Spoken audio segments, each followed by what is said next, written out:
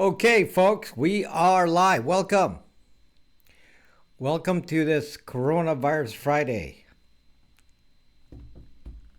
Hi, Iron Fist. Hello. Everyone say hello. You know, I memorize people who come to my broadcast, so I'm able to remember you even years later. I know who you are. May not know who you are in real life, but at least from your name, unless you change your name, and then in which case I don't remember you anymore. But I have a very good memory.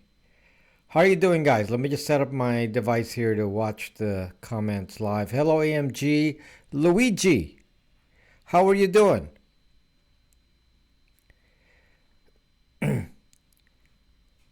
Are you in Italy or somewhere else?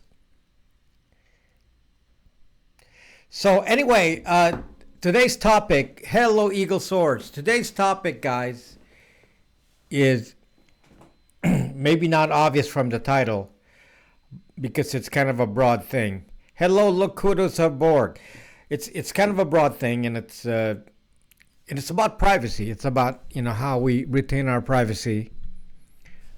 But there's been some products out there, apps. One of them is the one that I have in my video, which is LBRY, LBRY. And if you go to that site, you will find that they give you crypto. Every time you watch videos, you can give tips. And basically, the more activity you have on the platform, then you can actually make money or make crypto from being active. Same with all the people who support it, support the architecture. The people who run the servers, the decentralized servers, people who do services like mining and so on when it comes to a platform like that, they also make money through the crypto. So crypto is part of a lot of things that don't have to do with cryptocurrencies. Here's another one example that you may not be familiar with.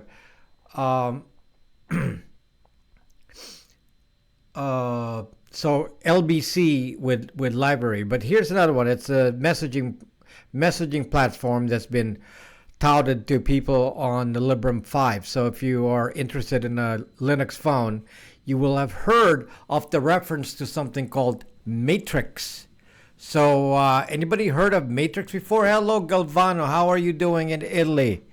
So anybody heard of Matrix? And Matrix is being touted as a messaging backend, and it's supposedly offering encryption and all of this, and people are excited about the potential of Matrix. And what we're going to talk about tonight is all of these platforms which are actually based on blockchain and how they relate to privacy, and let's say compared to YouTube. And then we're also going to talk about things that you're familiar with that relate to crypto or to blockchain, such as Bitcoin, Ethereum, and so on. And we're going to talk about that too, and talk about their ability to retain your privacy, which you might be surprised to learn is not what you expect. I've heard of it from the Pine64 Discord. They use an aggregator for IRC, Matrix, and a couple of others. Yes, they even have an aggregator for Telegram. Yes. So Matrix is kind of like a back-end thing where they inject content from elsewhere, and then they can inject it back into a platform. For example, I was watching people on Telegram have comments coming in from Matrix. We multiplied matrices in math class. Yes, Tony Bach, that's correct. I did that, matrix algebra. Hello from India. Thami. So, hello, Jellyfish. Why LBRY, not Brax? You can get tokens on Brax. No, you can't get tokens on Brax. You have to buy tokens on Brax. There's no, crypto blockchain. There's no blockchain on Brax. It's just, you buy it and you give it away. So anyway, yeah, can you imagine if I'm broadcasting on on my own platform right now, then I won't make any new viewers. It'll just be the same people, and no one will be able to see it. What kind of cryptocurrency do you get on LBRY? On LBRY, you get LBC, which is LBRY. What is the BC? I don't know. I don't remember. But LBC on LBRY. I don't know what the tokens are on Matrix. Some of them, most of them use some variation of Ethereum. So in which case they transact in Ethereum gas. So gas is the token that they use to provide services. So in any case, we're going to start from the very, very basic here. So you get, I'm going to kind of like,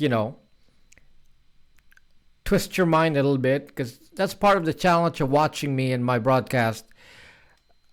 This is not your usual channel. This is, where intellectuals gather. So what I talk about will be something that challenges your brain, take you away from thinking about virus issues and things like that, and get your brain going and make you more intelligent, so that when you see stuff on media, you're able to judge and say, I've heard that before, and that's not right, or that's right, or that's good, not good. It's very, I'm going to tell you, there are so much disinformation and misunderstanding on so many issues, especially in privacy and security, that, I see it on my videos.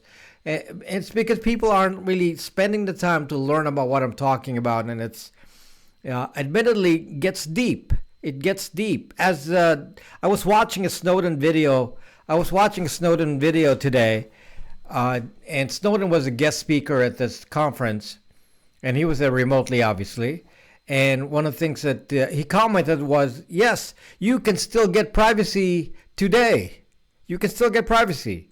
Well, obviously Snowden has privacy because he's still around. He hasn't been captured. So at the moment he has privacy, and he actually made an example that we don't know where Satoshi Nakamoto is. We don't even know who he is, and he, the inventor of Bitcoin. Nobody knows who Satoshi Nakamoto is, and nobody knows where he is.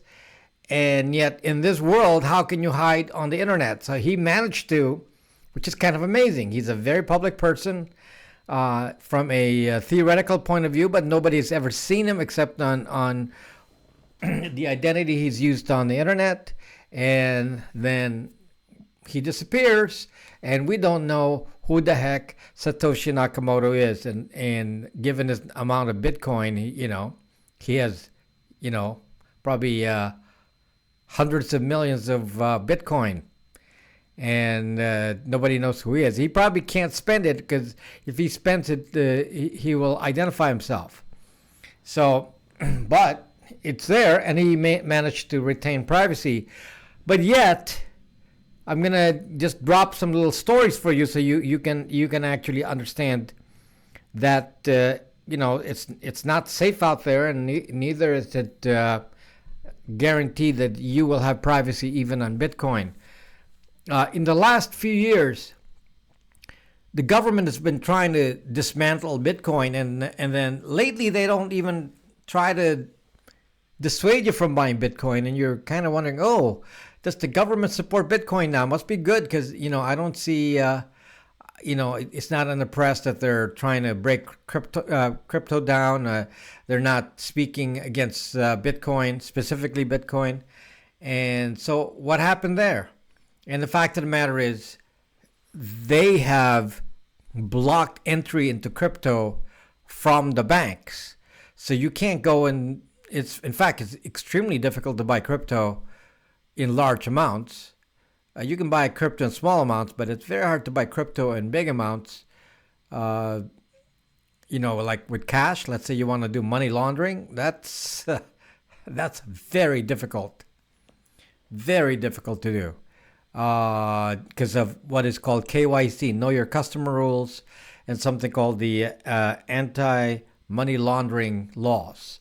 So So yes, of course, now they want to, of course, you're supposed to report your Bitcoin earnings, double J.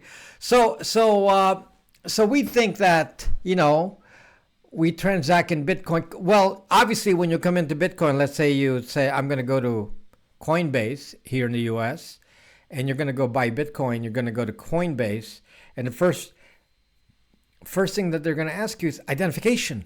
You're going to have to show them your driver's license, take a photo of your face, some other ID, maybe a passport.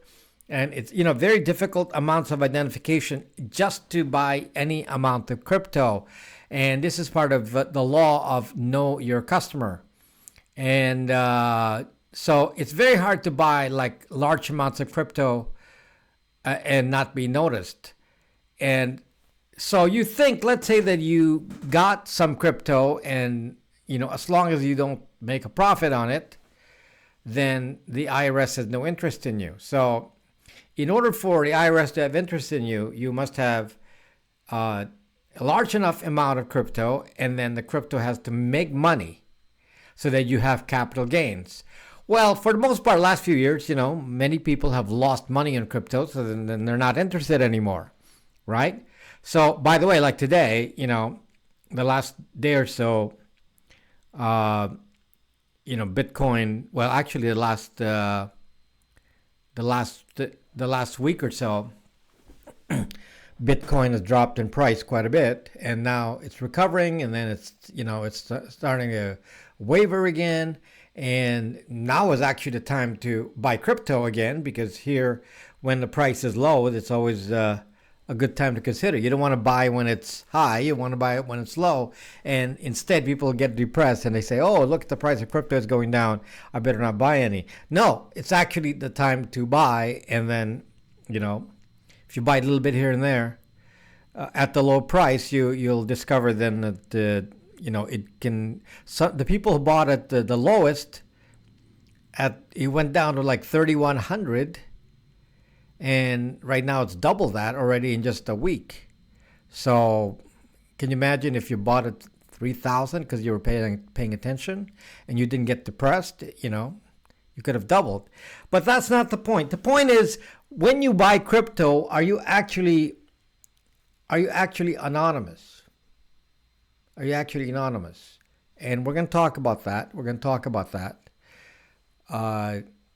But first, let's talk about LBRY. So I told you in my last video that I went to LBRY, LBRY. That's the name of the platform. And it's a platform run on crypto, and it's like a YouTube. So you go to LBRY and you basically earn crypto, and you tip in crypto. And if I bring my channel to LBRY, they give me a little bit of crypto to encourage me to go to LBRY. So I did, and I made 50 cents. Awesome. Okay. So anyway, forgetting about, how much money, you can make on LBRY. One of the reasons that people have told me, hey, leave YouTube. I don't want to be on YouTube because I'm going to be spied on YouTube. I mean, how many of you have told me that? Raise your hand if you said to me in a comment somewhere that you don't like to be on YouTube because you're going to be spied on. Well, obviously, you're on YouTube now, so this is not the group of people that I'm talking about. You're all probably okay. But it's the ones who leave a comment and say, well, I don't want to be on YouTube. I want to be on LBRY. Okay. Because, there's so much tracking here on YouTube, and I don't want to be tracked. So I'm going to go to LBRY where I'm not going to be tracked. Wrong. This is crazy because people don't understand. People just don't understand. Yes, you are tracked on LBRY. In fact, you're tracked even more on LBRY. And it's a public ledger, so that's even worse. How about on Matrix? So people say, "Oh, I'm going to go to Matrix because they offer all this secure communications and all these Matrix backends that you can use now. And I like, my messaging to be based on, I'm not going to use Signal anymore. I'm going to use Matrix. I'm not going to use Braxme. I'm going to use Matrix. I'm not going to use WhatsApp. I'm going to go to Matrix. Then you go to Matrix And Matrix is full of your metadata.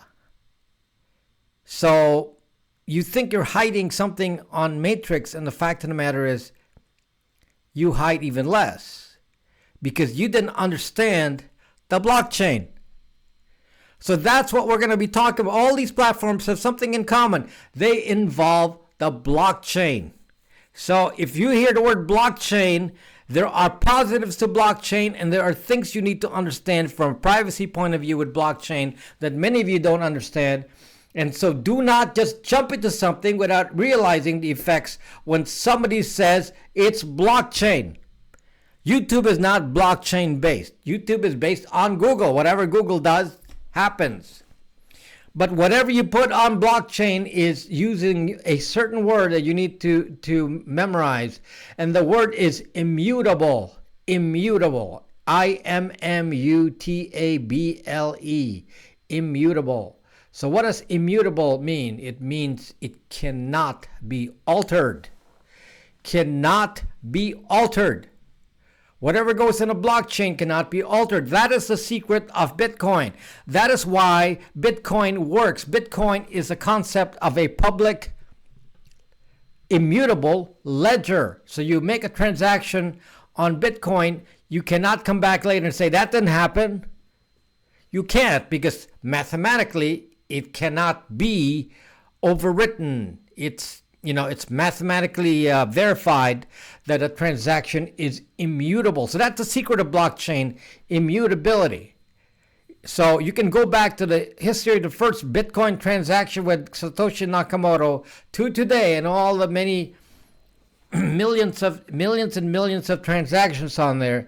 Each transaction is recorded in the blockchain, completely traceable all the way in a chain from the very beginning, from how each Bitcoin is made. Maybe it's mined, or however it's made, maybe it's given to somebody, and at the end then you can trace its movements. If you've been paid in Bitcoin, somebody can actually look at every Bitcoin that you have and watch it go through every wallet and all the processes that made that Bitcoin arrive at your wallet. Because that's the thing about blockchain. It's immutable. So immutability is one of the perfect features of blockchain for certain purposes that are very good. For example, if you use blockchain for contracts, it's zucking perfect. Why? Because you can't come later and say, I didn't say that. Well, it's embedded in the blockchain that it is. Here's the contract in the blockchain, and you can't reverse it. Can't reverse it. So if it can't be reversed, then no one can do any kind of cheating. For the same concept with Bitcoin, if somebody pays you 0.1 Bitcoin a month ago, you can't come back and say, well, I didn't really pay that guy that 0.1 Bitcoin. That's a lie. It didn't really happen. Nope, not gonna work. Not gonna work, because that's the thing about Bitcoin. It's based on mathematics. It's actually based on cryptography and mathematics. It's not about encryption. That's not what Bitcoin is, because Bitcoin is not encrypted, but Bitcoin is hashed. So it's based on mathematics, and the main mathematical concept in Bitcoin is called hashing. And just a brief statement of what hashing is. So let's say you have a password, and the password is 1234. Okay, that's the password. So you can hash that. It's a term. It's called hashing, and you can hash that, and the hash may give you a bunch of jumbled letters and numbers. Like AZ101BYX, So AZ101B1X will be the hash. That is mathematically conceived. There's no actual connection between the original number, which is the original phrase or letter or whatever, 1, 2, 3, 4, to that hash I just gave you. However, one thing that's very, very interesting about a hash is that it's irreversible. You cannot reverse a hash. So if a password is hashed, yes, you know for sure if you run this program 5 trillion times, 1, 2, 3, 4 will always have the same hash. 1, 2, 3, 4, no matter what you do, will always hash the same value. But you can never go back and say, how did you arrive at this hash? You can't go back to 1, 2, 3, 4. That's why passwords are hashed. So when you go to cybersecurity websites, passwords are hashed. And when the passwords are hashed, you can prove that that is the correct password by saying your hash matches my hash, even though I don't know what your original number is. So most good platforms, such as Brax.me, when we handle passwords, we only compare the hash. We say, yep, your hash is AX, whatever it said, 101. And if that's the same hash, then yes, you must have entered the right password, because we took whatever you entered and hashed it, and it matches without having to store the password. So in modern cryptography, in modern password handling systems, you never store the actual value, you store the hash. Well, that was used that is the main logic of the blockchain. The main logic of the blockchain is, if I take a transaction or a contract or any bunch of data and I hash it, I can always come back later and prove that that is correct by checking the hash. So if somebody modifies the original blockchain, the hash will match.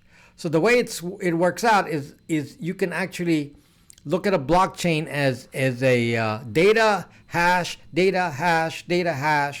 and each new hash includes the prior hash with the new data, so it kind of builds upon itself, and that then becomes mathematically impossible to change even a single byte of data on the hash.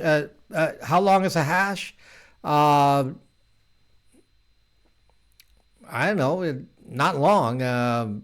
10 digits, 10 characters, not very long. It depends. You can have different kinds of hashes, but most hashes are not very big. I think Bitcoin uses 256 double hashed SSH3. Don't know. Was SHA-3 even around back then? I don't know. So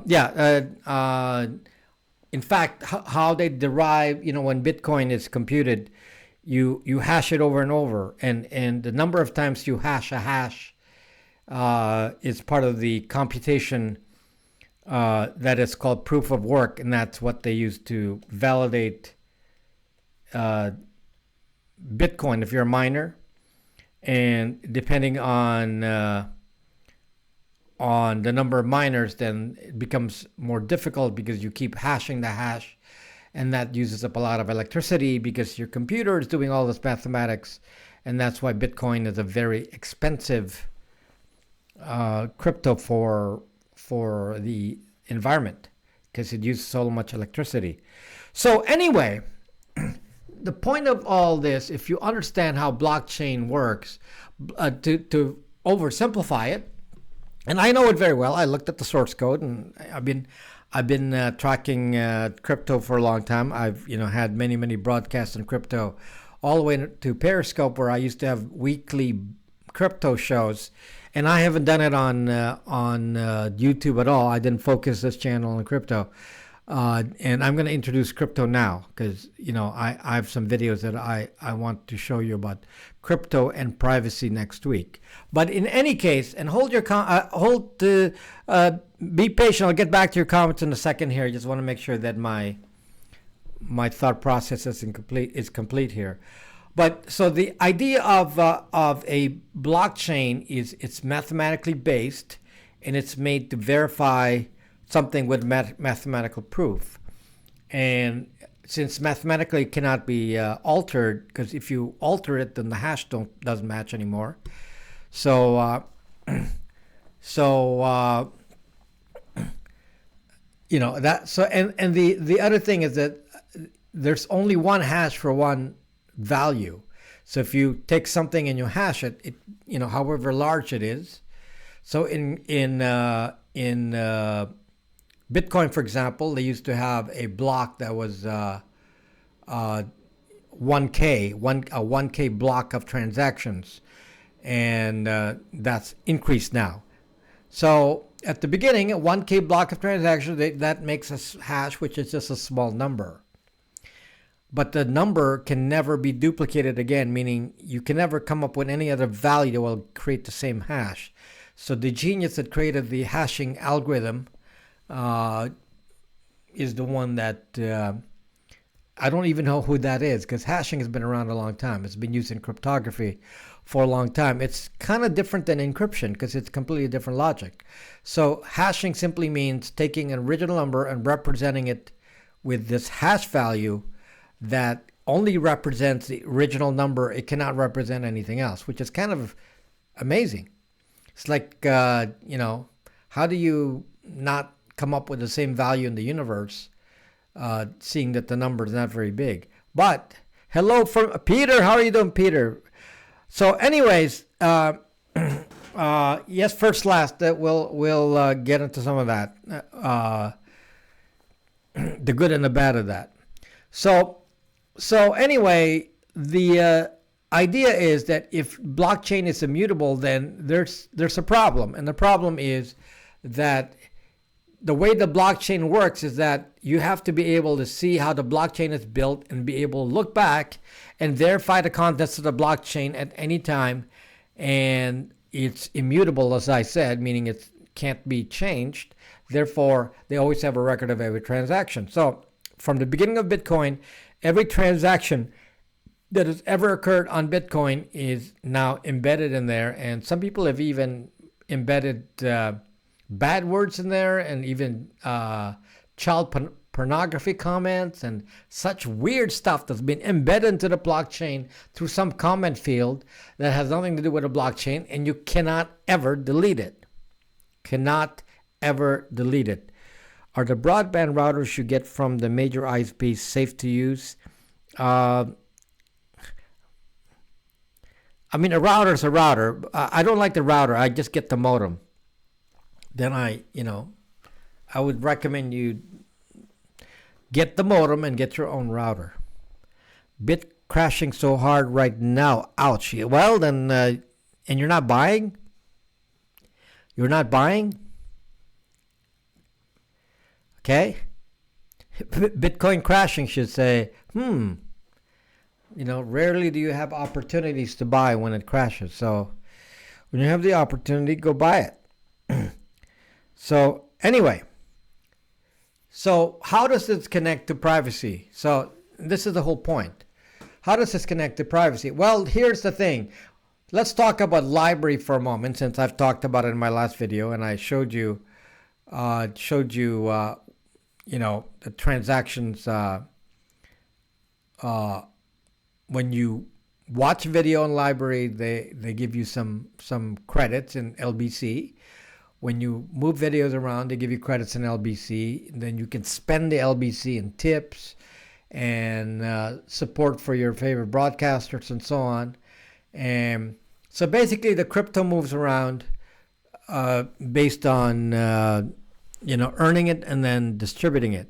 Now, how does this relate to privacy? The problem is we are afraid that Google is tracking us, and yet here on LBRY, every video you watch has to be recorded on the blockchain.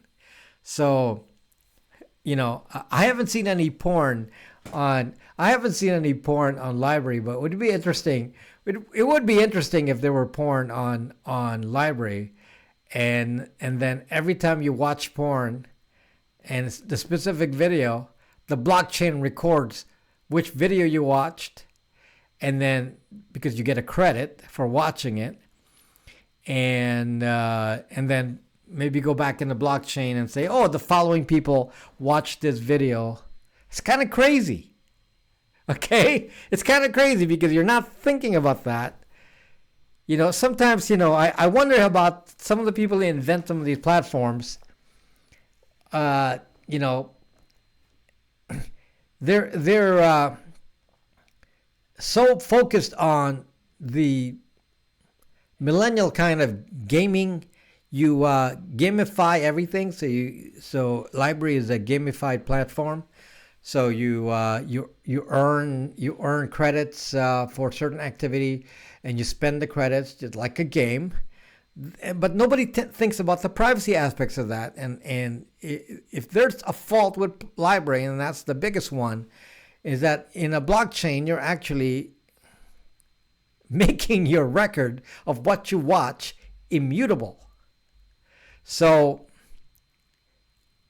be careful. Meaning, what identity are you using on LBRY? What email address? What phone number? Just the same with everything else, like YouTube. Anybody thinking about that? Are you thinking about that? How about Matrix? Same. There's so many of these. Okay, this is not the first one, but I just picked two, Matrix and LBRY. But there's so many platforms that reward you with the credits if you read something or share media and so on. I can't remember all the names now, all different tokens that you get for doing certain things. But you go into the blockchain, and now they have a record of everything that you do. And do you really want a record of everything you did on a blockchain and what videos you watch, and then your grandkids can see all that? Did you think about that? So you're in your 80s, and your grandkids say, "Oh, I'm going to look at Grandpa's record on LBRY," 30, 40 years from now. And I say, "Oh, Grandpa, you've been watching this kind of, like I said, fortunately there's no porn on LBRY, but what if somebody comes out with a porn site with LBC type of credit system?" I mean, we're not thinking. So same with Matrix. So Matrix is also blockchain based. So, and Matrix is touted as, hey, here's decentralized, and this is the key with all these. You hear this big word all the time, decentralized. There are many decentralized platforms.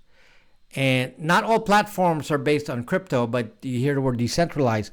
But how do they incentivize decentralization? In order to do decentralized, you have to pay somebody to run the servers. And so someone says, "Okay, I'll run a LBRY server, and I want to make money from it." So that's where you come up with crypto. So Matrix is kind of similar, except it has to do with messaging. So on Matrix, they store the messaging on decentralized platforms. So if you're going to do communications with many people, and you decide you're going to use Matrix as your back end instead of something else, you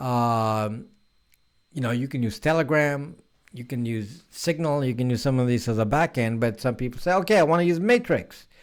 Okay, because it's interoperable and open and all this. And this open source and the whole 9 yards. Okay, so it's open source. So the people from the FOSS, the free and open source community, go up and down, say, "Yay, we gotta get out of these platforms like WhatsApp and all this, and let's get out of YouTube and Google messaging and Facebook, and we want free and open source everything. So let's just jump into the first free and open source thing we can find." And of course, they're gonna jump into something like Matrix, which will expand quickly, because people can make money running the server. So they find a way to make an income running servers. So a lot of people say, "Okay, this is a way to earn money. Let me run a server and earn some crypto running the servers." And without even thinking about what is the effect of running your messaging through the blockchain. So this means that every message you send can never be deleted. You can never say, "I didn't say that."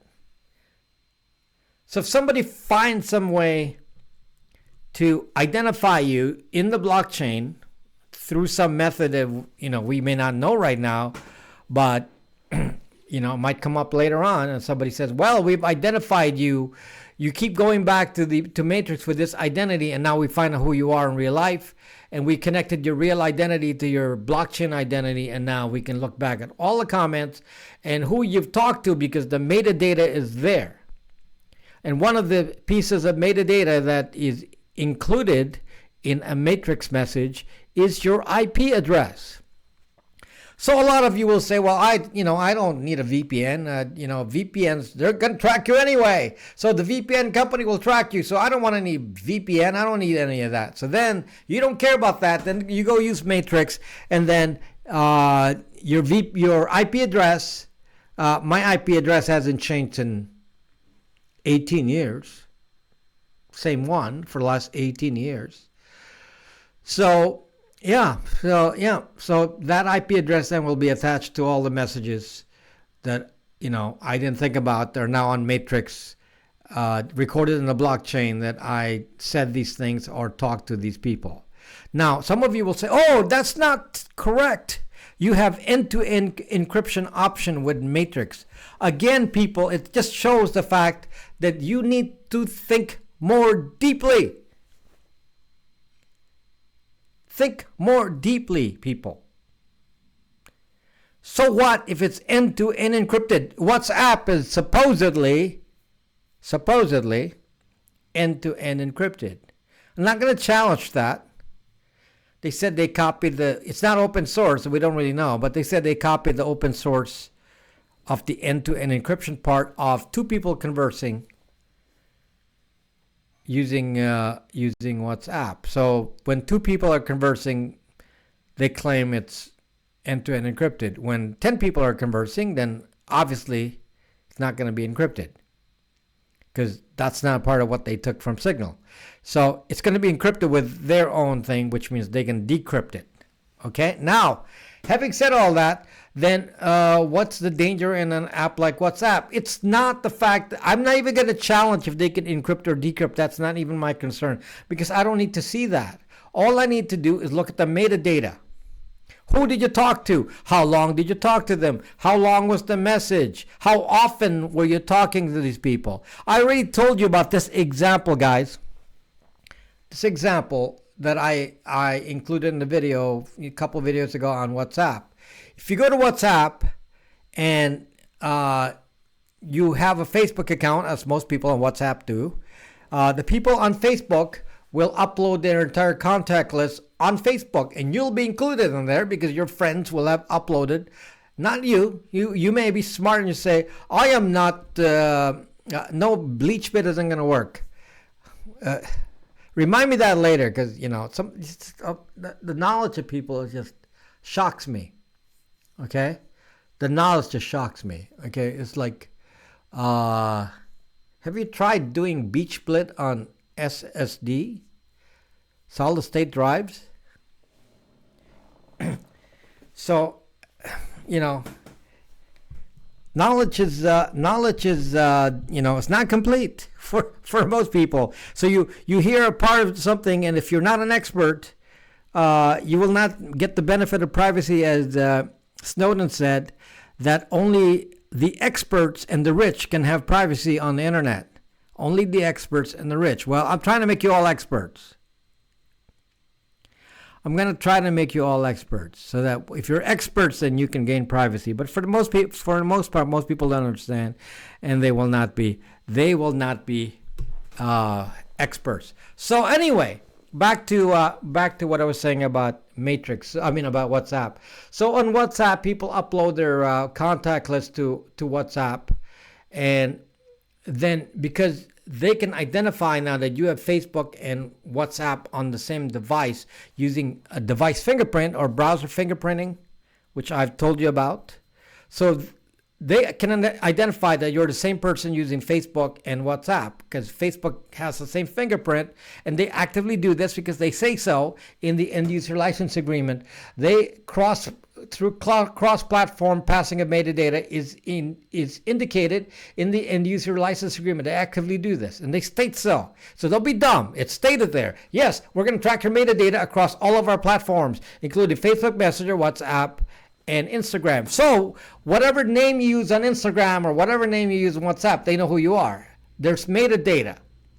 The person you talk to, they know who that person is in real life too, because that person has metadata and matches a device to Facebook, and so they have a match one-to-one. They also know what communities you belong to. If your person you're talking to is the same community, a different community, are you having an affair? That should be obvious just from the patterns of the conversation. Okay? It's easy to know all this without even looking at the content.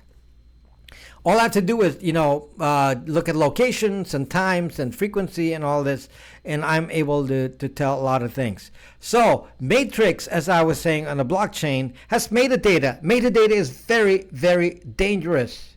Very, very dangerous. So, by putting it into the blockchain, you're actually making it permanent. So I'm just exposing you to this. Blockchain is a very good technology, but you have to understand when it's useful, when it's not, when it's dangerous, and how not to make it dangerous, and we're going to talk about that. Okay, let me just look at the comments that I missed here. Okay, so sorry for not addressing the comments immediately, because I just wanted to finish my thought there, so that when people watch the replay, then they don't get confused. Okay, where are these things you're talking about? What is that?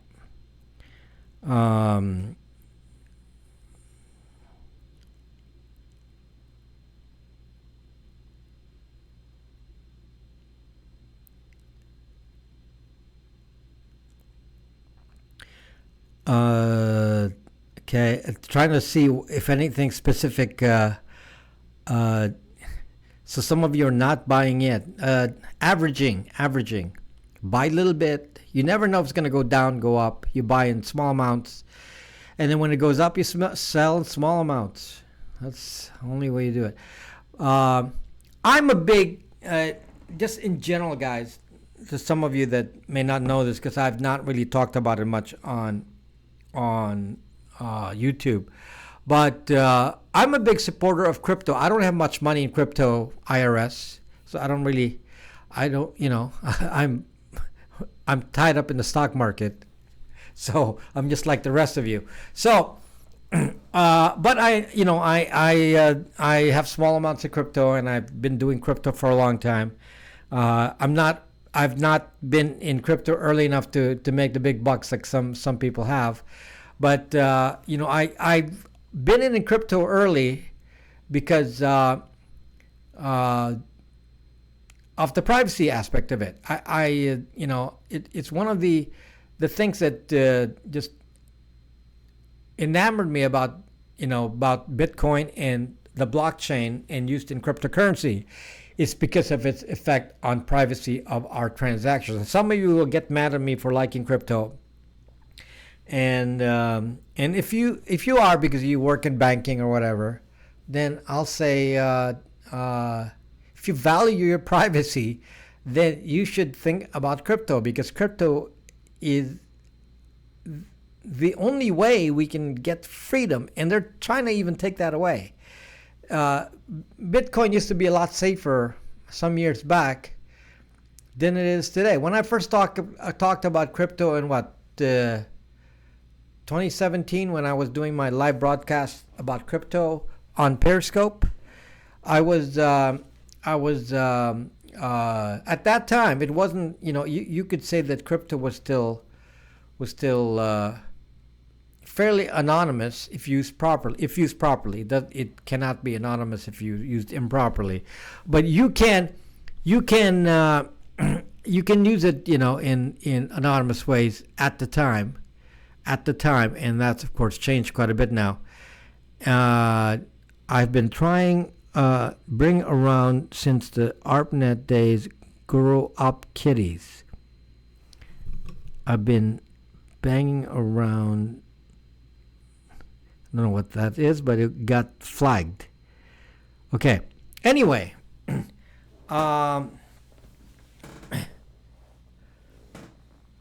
Do you have an alternative, Jim Thompson? Want to sell me some crypto then? I'll buy crypto from you if you don't want me to use Coinbase, because that's the problem. That's how the government, tracks you, is say, well, if you go buy $100,000 worth of crypto from Coinbase, we're going to know. So, yeah, Coinbase is fine for buying small amounts.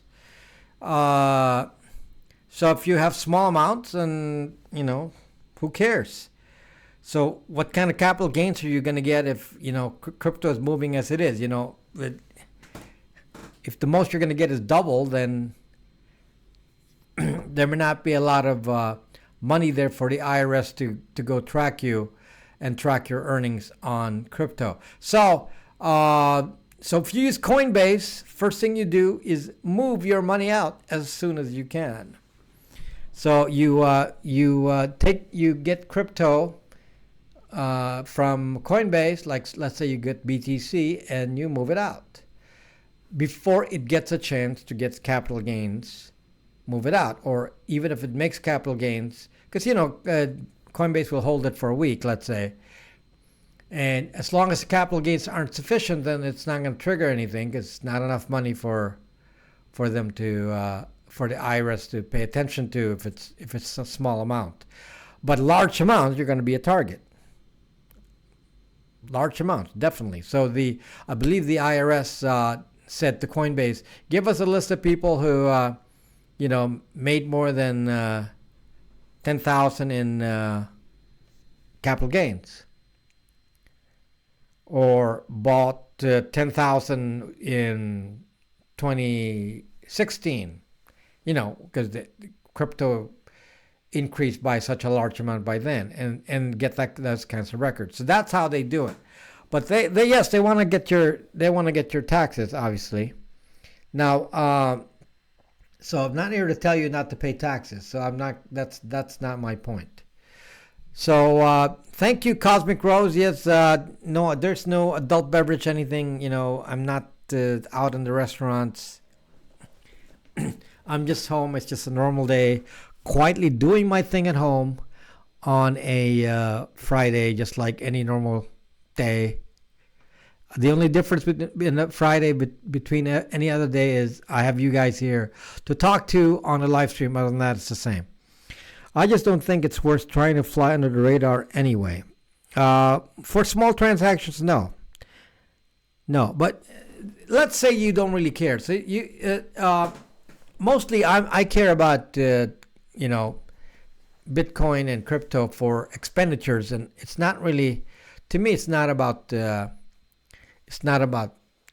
making big tons of money on crypto, because that's kind of hard to do, as you know. You have to have a very long-term idea before you make money on crypto, except for the few lucky ones at the very beginning. So crypto's hard to make money on. But the thing is that crypto gives you a bit of freedom, because, as you know, we're dealing with a cashless society. They want to make you cashless. So people are all putting all of your expenditures on your iPhone. Okay, this is the iPhone that I don't use. In fact, I'm only using it right now because my to look at your comments. I don't even use this anymore. There's no SIM card on it. So this is the iPhone that doesn't get used anymore.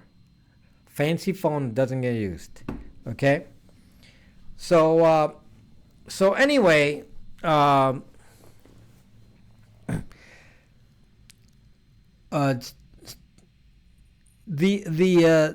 cashless society means that if we don't use cash, is very private. I mean, if you have a lot of cash, nobody knows what you're spending it on. Okay, if you go to the strip club and pay for somebody to do a lap dance, and you paid in cash, then nobody knows what that money was used as it floats through the system. And the same, money that you're using to buy a McDonald's Big Mac may have been the same few dollars that was spent at a strip club for a lap dance, the same amount of money. But we don't have any trace of that. Money flows through the cash. I mean, cash flows through the system, and it's very, very private, and it's very, very interchangeable. So, there's no trace to it. It's when you have to put it into the system, like, you want to say, well, I want to buy a house, and can I pay for the house in cash? No, you got to go put it in the bank, put in escrow, write a check, this, that, have it go through the banking system. The bank, the bank then has a record of everything. And, maybe you're a criminal and you're hiding money, or maybe you're a web scammer and you're getting paid in Bitcoin because you sent out those extortion emails and you don't want to be caught. So, there's yeah. Let's see if we're back here. You can all confirm when you can see me. Sorry about that. My mistake. My mistake. Okay, let me know when you're back.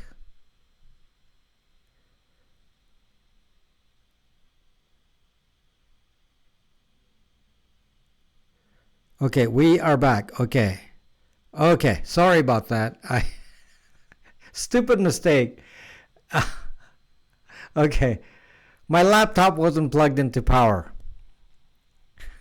So, my laptop wasn't plugged in and it ran out of battery. So that was kind of embarrassing. So, anyway, there was no problem on anything other than the fact that the battery ran out. And, it takes a lot of power to do video broadcast. So ran out of battery and shut down. And then the computer went on standby. And it's like down to 3%. So crazy. Anyway, it's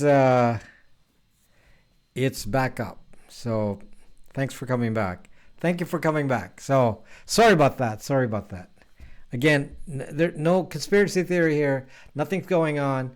No one was trying to shut down my network or do anything like that. It was all just a mistake. Okay, hold on. Let me bring up YouTube back here again because I can't see the comments. So anyway, so sorry about that. Like I said, the battery ran out because I forgot to plug it in. That's all. No mystery, just forgot to plug it in. So yeah, that's kind of embarrassing mistake, but hold on, I'm trying to get the stream back so I can see the comments on the computer. Just a second here, and here we are. Okay. That didn't, hold on. I can see the comments here, so I can still see you, but I'm just trying to duplicate on the screen. Okay, so thank you for forgiving me. Appreciate it. So, yeah, thank you for your patience. It's very bad when it gets disrupted, but at least you don't have to log out and log back in like the old days. I don't have to force you to do that. It's a little simpler. It's smoother recovery. Anyway, back to what I was talking about. Now I forget what I was talking about. Where was I?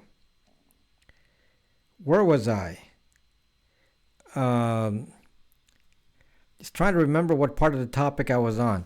Somebody can remind me where I left off. So, live without a net. How's that battery life on the Linux Star laptop? The Star Labs? Normal, but I use it all day, and when you stream video, it's running at 100% CPU. Video is, very, very intensive, so you're lucky to get a couple hours. Forgetting to plug in stuff is a symptom of coronavirus. Okay, so cashless. Okay, so we're now in a situation where you can spend cash before, and you're pretty much anonymous. So back in the day, if you hide money under your bed, no one's gonna know how you spend it, and you can spend it any way you want, and you don't need to care. Nowadays, you can't do that. Every expenditure is laid out on a credit card and on your phone transactions, and every transaction, your whole life is on Amazon, eBay, and so on, and PayPal. So between just these platforms, every thought, every idea that relates to money has been tracked. I hate that. Fungibility, yes, David. I hate that. I hate the fact that it always bothered me when I have to go buy a VPN and I have to pay for the VPN with a 100% identification. Sometimes I want to have the option of not having to do that. So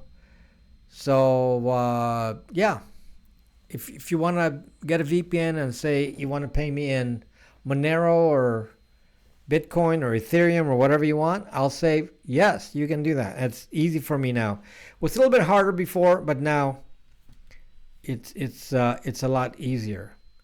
It's a lot easier. So the idea of privacy in financial transactions is actually about this. And Snowden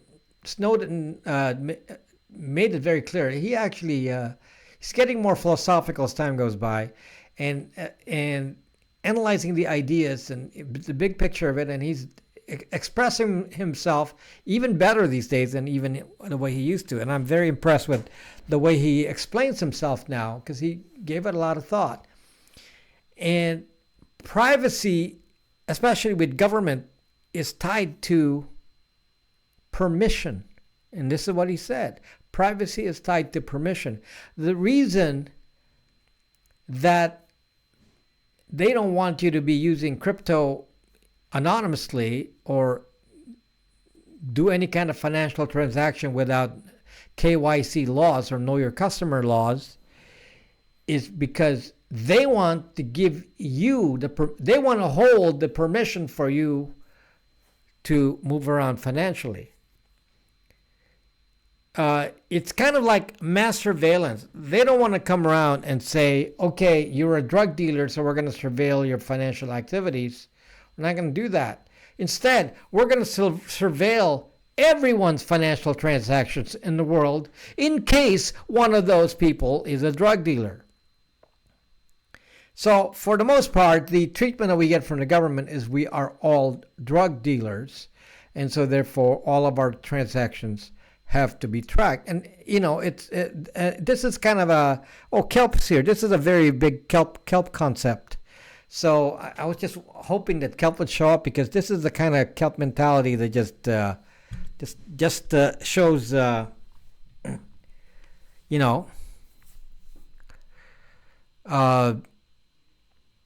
lack of deep thinking that comes with not understanding what is the point of permission. So it's like saying there's a difference between active surveillance. Let's say you're looking for a criminal. So if you're looking for a criminal, then why don't you watch the criminal and use the normal methods of tracking the criminal? You put people in cars and binoculars and bugs and devices and drones and any number of things to track that criminal. But no, the government isn't going to do that. Government isn't going to do that. The government says, no, we'll just track everyone, every single person. Grandma, we're going to track grandma.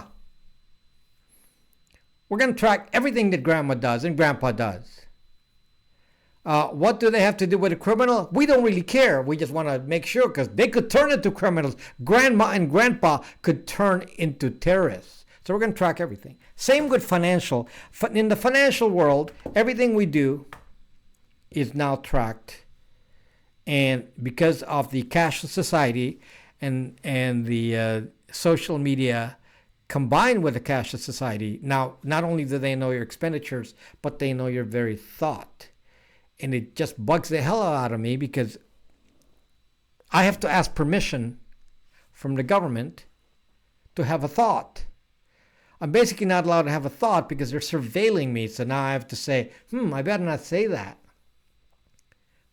I better not say anything about that because then they'll tag me as somebody fomenting civil unrest.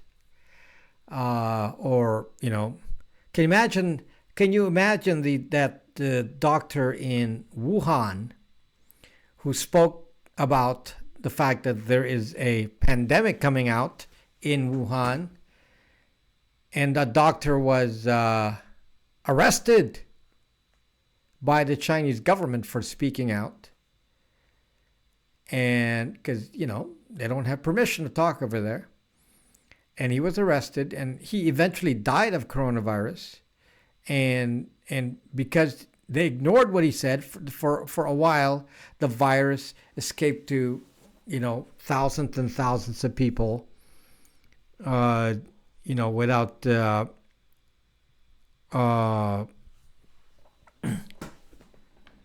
anyone doing anything because it was a controlled environment. There was no freedom of speech. So it's the same freedom that I want when I spend money. I want to be able to be freed up from mass surveillance. I want to be able to spend it the way I want and not have people like Kelp here classifying me as a terrorist because he's a terrorist. Just because Kelp is a terrorist doesn't mean I'm a terrorist. So because Kelp is a terrorist, then we should all track Kelp. He should be under active surveillance. But the government doesn't do that anymore. We are under mass surveillance. And in fact, the biggest mass surveillance device of all time is this, your phone. We're now surveilled by this. Okay? This is now this is where the surveillance is now. So this is why I tell you to get a different kind of phone. Some of you are still, in love with your iPhones, and I said, duck that. Because I don't want to be tracked. I don't want to be subject of mass surveillance. Because this is the technique now, because they found that every one of you uses this and can't let it go, and it traces your location and everything else. And now your financial transactions tied to these devices as well. So this iPhone now never leaves home. It doesn't have a SIM card. I don't really use it for anything except testing. It's not really actively used because I don't want it to track me. So the less I use it, the better. So I want financial freedom, and the financial freedom comes from not having to get permission to spend my money.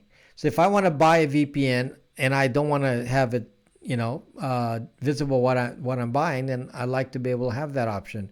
If I'm, have a particular belief, I don't know, let's say it's, thinking of some benign thing here. Let's say I want to subscribe to a vegan magazine, but I don't want to have a record of the vegan magazine. Well, I have a right to pay for it in a secret way. But right now, with normal ways of paying for it, you can't because, no one's going to accept cash, especially on the internet. You have to pay with a credit card or some other thing that's going to identify you. So then I'll be profiled as being a vegan just because I'm subscribing to the vegan magazine. Okay? So I want to eliminate that. I want to eliminate these kinds of things because these kinds of profiling things take away from my freedom because it's like I'm under somebody's eye and, somebody's able to make a judgment about my beliefs and my ideas. And that bugs me. I don't have to be doing anything unusual. It just it's always bugged me. And, I'm one of the, regardless of what Kelp says, because Kelp is full of shit, 99% of the time. Occasionally he comes up with a nice thing, but most of the time he does not, because he believes in mass surveillance. I want to be free. I told you that, for some of you who don't know it, I told you about my life where, I lived in a dictatorship government during my childhood, and I just don't want to do that anymore. I don't want to feel like somebody has to tell me how I should think. I need the freedom to think, and I don't like the fact that somebody has a record of everything I say or do, and that somebody's able to go back and look at the blockchain and say, what did you say there, in the blockchain some time ago? What are your transactions on MasterCard, Visa? What did you do on Amazon? What were you buying? What books were you buying on Kindle?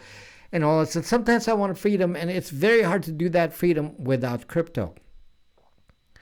So crypto is the new way to allow that freedom, and they want to destroy that.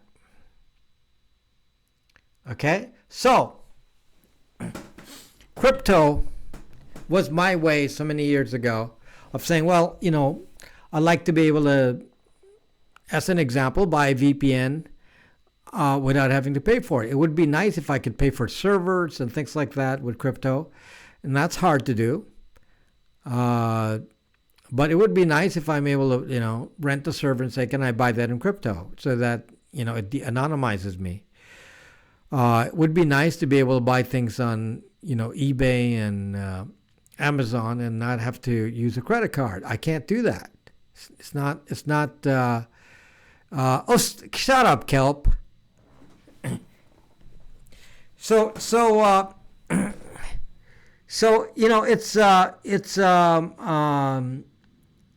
something that I want freedom in my financial transaction. I want freedom in my financial transactions. So I use Bitcoin.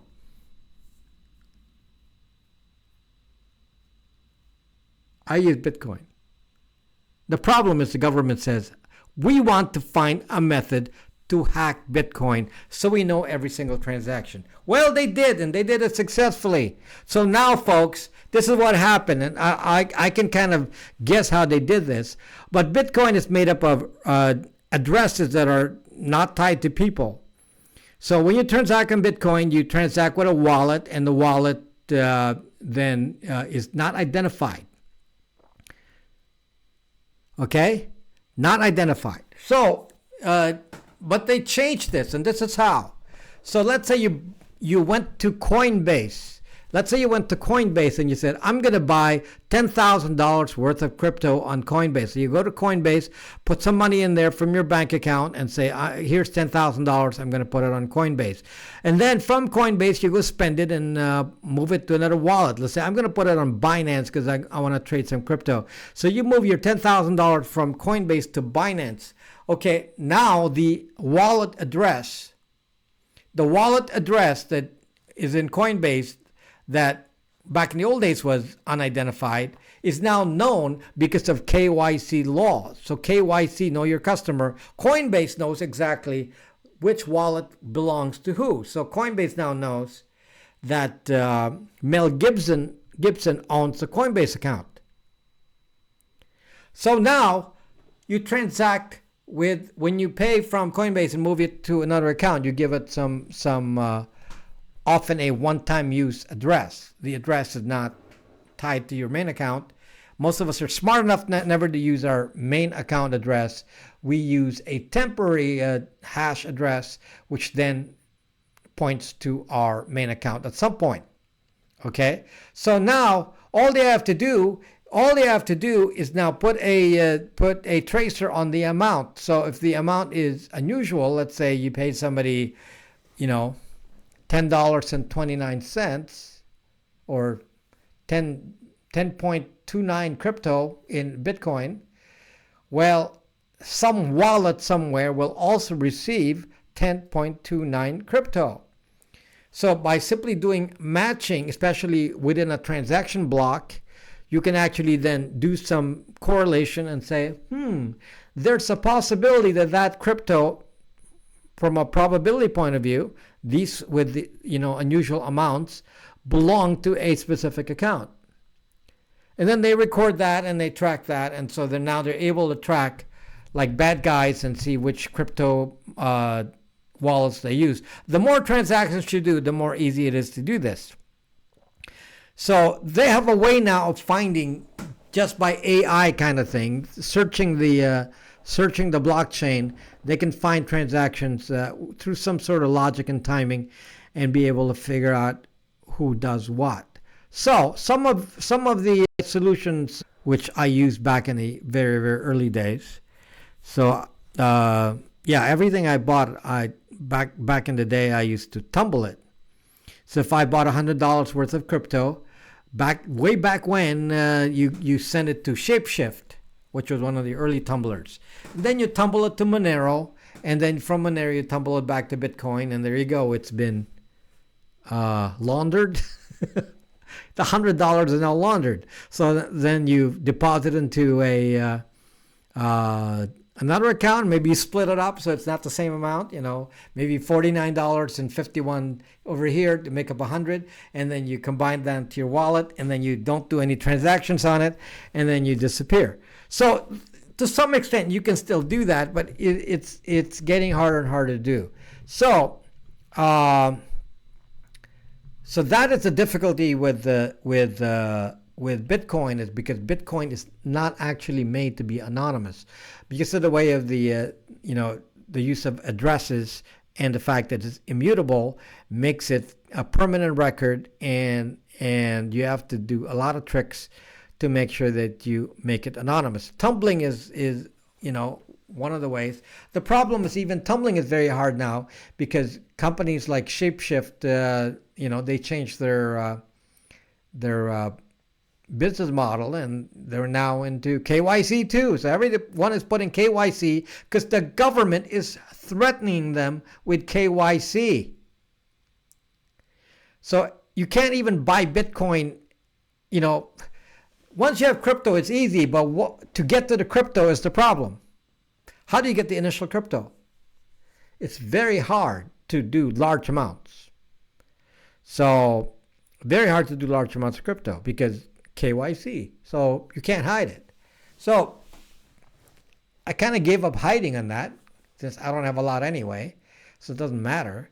But I like to transact in crypto. So what do you do? So you have to now think about ways to understand that the blockchain is not private by itself. You have to do additional steps to make the blockchain private. This is an important part of privacy, guys. If you're not into crypto and not into learning how to use crypto, I'm going to teach you some of this, because it'll discuss this, but not illegal if you are not caught. Tumbling is illegal. You don't have to. What do you mean tumbling is illegal? In what context? You can go to Binance and buy XMR, Monero. So you bring your money to Binance, and Binance, by the way, has no KYC for Americans. They don't handle KYC for Americans.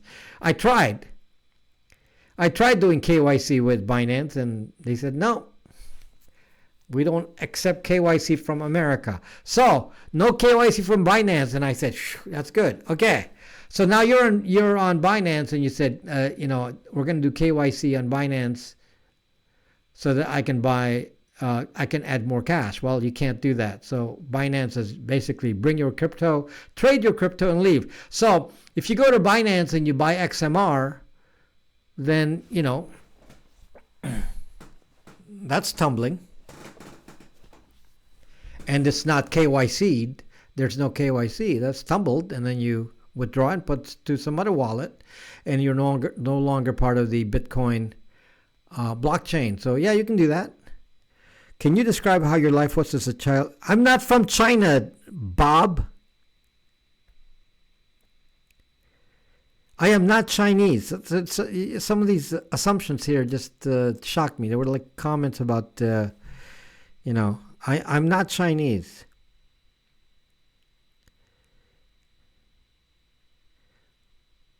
I can't it's I am what I am.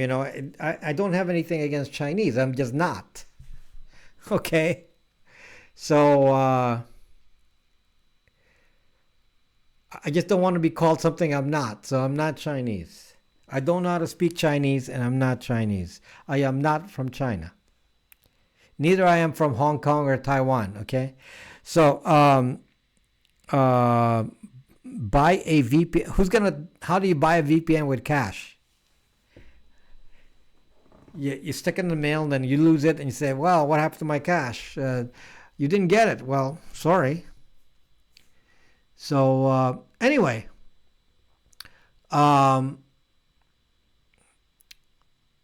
this week I've been playing around with a new crypto system, and it's anonymous. And it doesn't use Monero and Zcash.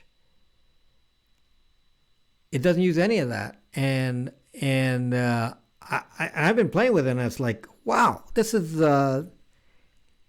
great. This is easy to use. And in my case, I kept the crypto in Bitcoin.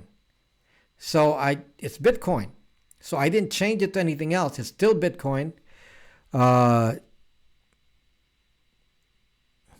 Because Kelp, you go in here and say, well, you disparage what I'm talking about, my history in life and my life's history and what I've learned from it, and you disparage that again, like always, Kelp. You're like saying, well, who cares about your childhood? That's not relevant. It's like, suck you. And you always say that. It's just so stupid. It's just so stupid. Just because it's not your experience and you say, well, it's not relevant to us because it happened in some other country. Don't be stupid. Simple rules of learning history, and you say, well, Hitler happened in Germany and this is the United States, so we don't really care. We're never going to get another Hitler. So we don't need to care if somebody looks and acts like Hitler. We're not going to care because we're not going to go back in history because Kelp said so. It's like zucking logic here. Just zucked up logic. Zucked up logic. All I'm telling you is I experienced life in a dictatorship where I could not speak and have my free speech, and I hated it. The worst experience of my childhood to say, where you felt it. You can have a conversation and you can see people stop because they don't want to say anything against a dictator or they're going to go to sucking jail. And Kelp's like, oh, well, yeah, you would, yeah. It's like, have some intelligence, Kelp. Sometimes you just spout out these things just because you want to. With any kind of logic. Hey, we already have our Hitler in today's world. Okay, I read that, but I'm not gonna go post that. Anyway, so my point is that I've experienced life in a Big Brother system. Fortunately, the technology wasn't there to do much. Could you imagine a Big Brother dictatorship today where everything you've done in your life, everything that Kelp has ever written on the internet is now permanent. It's a permanent record. Somebody can look back and say, Kelp, you said this. 40 years from now, they're going to say all the words that Kelp said. It's going to be on the internet, and three-letter agencies will say, yep, we know what Kelp said in 2020. In March 2020, this is what Kelp said about dictatorships. The internet is very inflexible, folks. You cannot erase what you put on it. You cannot erase. It's not erasable. Don't come to me and say, "Oh, I made some mistakes, and how can I erase it from the internet?" I'll pay you big bucks. Get rid of my stuff on the internet. And I'm gonna say, "Zuck you." There's no way to get rid of it.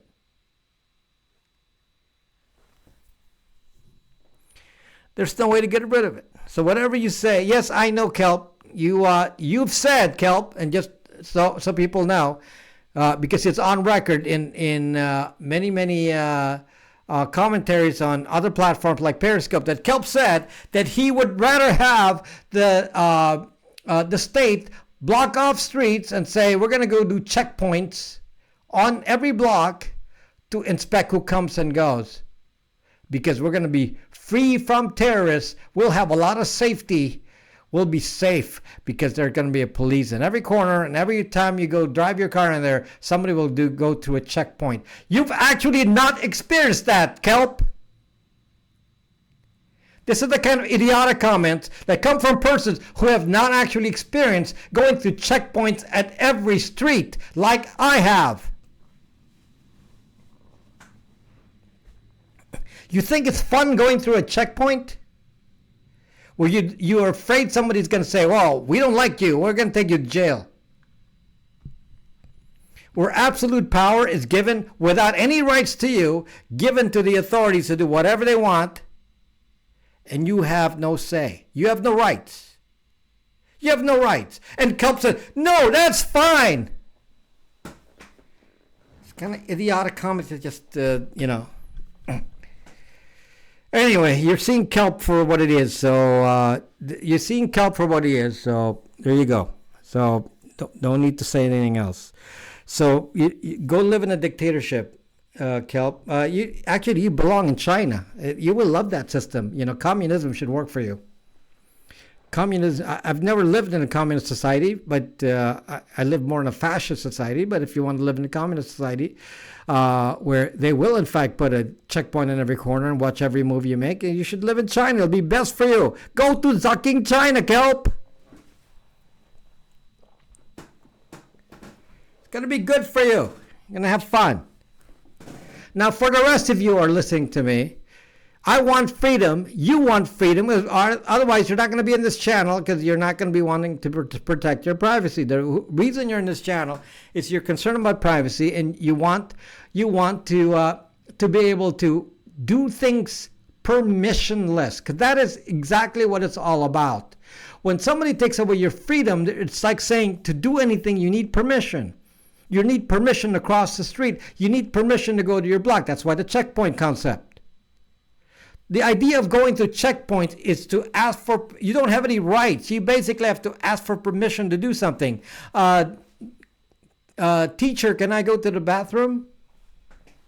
You have to raise your hand and say, teacher, can I go to the bathroom?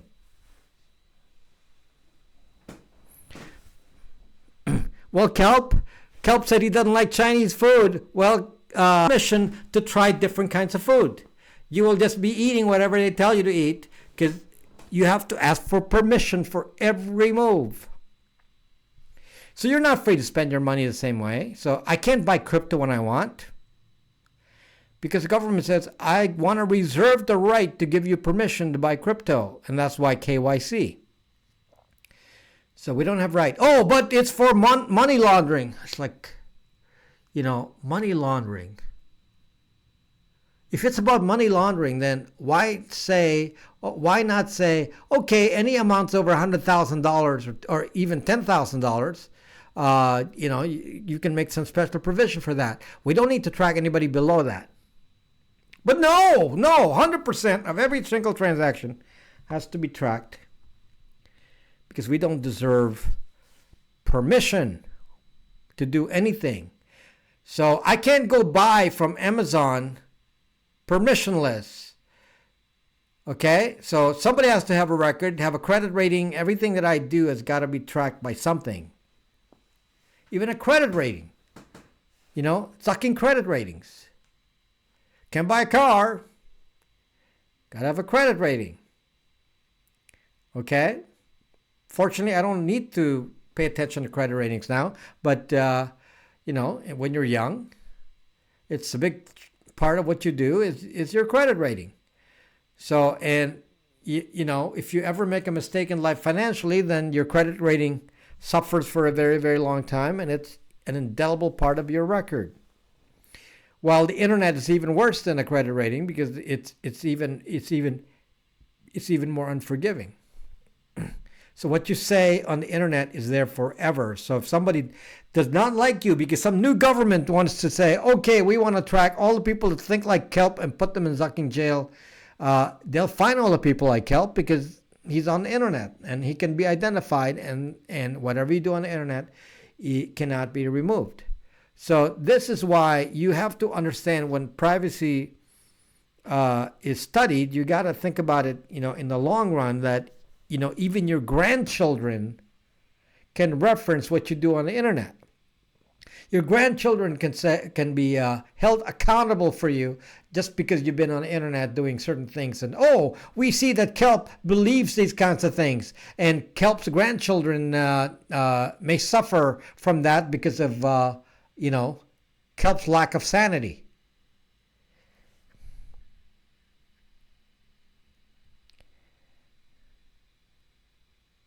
Cosmic Rose, legally that's true, but somebody has them, right? Legally, they're supposed to drop it, but guess what? The internet does not have such a rule. Okay, if somebody puts a comment about your credit rating on the internet, there's no rule that they need to drop that. If you have social behavior on the internet, if you have expenditures on the internet, and somehow that gets tracked on the internet, that is not part of that credit rating system. They can keep that forever, and you don't have any rights, and you get to keep it. So anyway, this is why I teach you about anonymity. Anyway, running out of time here, I'm going to just introduce you to a concept here. I'm going to make a video about this because I just enjoyed playing with this all week here. I learned about some new crypto this week. I learned about some new crypto, and I'm going to make a video of this, a short one in the next week. And I'm going to tell you in advance what it is so you can kind of research it. And the new crypto is called Incognito.org. Incognito.org. It's basically runs on something called PVR coin or privacy coin. PRV coin. And you can even make money mining this PRV coin. Anyway, I actually, somebody from Incognito contacted me because he said he was one of my fans and introduced me to Incognito. And I actually started using it, and it's new. This thing is zucking new. It's only they only released it in November. It's very, very new, and I put it through the test. There's some little things I'd fix on it, and there's some issues that I will bring up in the video that that needs to be fixed for the long-term use. But for now, it works, and so the community that builds it seems to be very open to ideas, and they seem to be interested in making changes. So they're already reacting to some of what I said to them, giving them tips on how to improve the security of this new crypto called Incognito. Incognito.org. Anyway, there's an app. You can download this app. It's called Incognito Wallet. And I'm just going to give you kind of a quick explanation of what it is. Normally, when you do crypto, what do you have to do to de-anonymize it? Some of you know about tumbling. Some of you, there's many techniques you have to do, and they're kind of complex. You can do kind of some sort of coin pooling where you pool your money somewhere so that you you de-anonymize it by group, and then you spread it out from there into random directions. The other thing that you can do is exchange your crypto for a coin that has a privacy ledger, such as Monero XMR or Zcash. So these are, or Dash. So these are privacy-oriented crypto. So you have to convert. So if you're on BTC, Bitcoin, or ETH, Ethereum, and you want to make it anonymous, then you say, okay, can you take XMR? And then you convert your money, some amount of it, to XMR. So there's a lot of transactions. You have to go around and change it to XMR Monero. And then you pay somebody in Monero, and then the person who receives the Monero then has to convert it back to Bitcoin, which is what they want. So many steps there. And one of the reasons that I don't like doing Monero like that is because I don't like to store my money in Monero. I don't like to store my crypto in something else that I don't want. At the moment, I'm storing my crypto in Bitcoin. Why? Because Bitcoin is more stable. The other currencies go up and down a little bit more in more extremes, and they lose money much more quickly. And Bitcoin is kind of like moves in much smaller moves, and it's a lot more stable. And lately, Bitcoin is getting a little bit stronger against all the other currencies for whatever unknown reason. The point is that I prefer, as a person, to say, okay, from a trading point of view, I'd rather keep crypto in my preferred stable format, which is BTC, and I don't want to have to keep changing it just because I want to do a transaction. This is where this Incognito platform is awesome, because in this Incognito platform, I don't have to change it to anything. So I have Ethereum, or let's say you have some Ethereum and some Bitcoin. And you want to pay somebody in Bitcoin, but you want to make it anonymous. You don't have to convert to XMR. You don't have to convert to Zcash or Dash.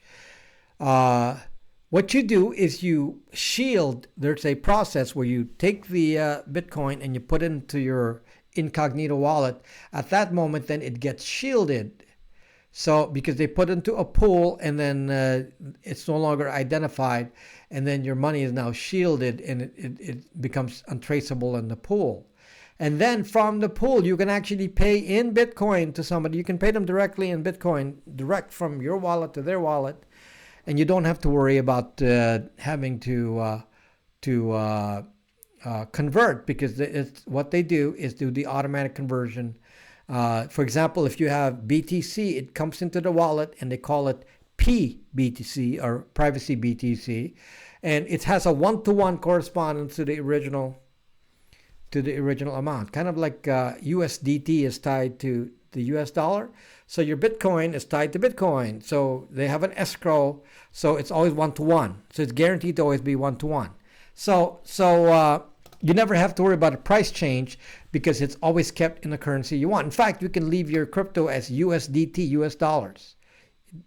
So it'll always be one-to-one to the dollar. You don't have to worry about the ups and downs in the market. If you say to somebody, okay, pay me in USDT, which is crypto for US dollars, yeah, you can do that, and it will be anonymized using this Incognito. So this Incognito is kind of neat, because you don't have to change the crypto at all. It can be in any Ethereum-based token, or ERC20 based token.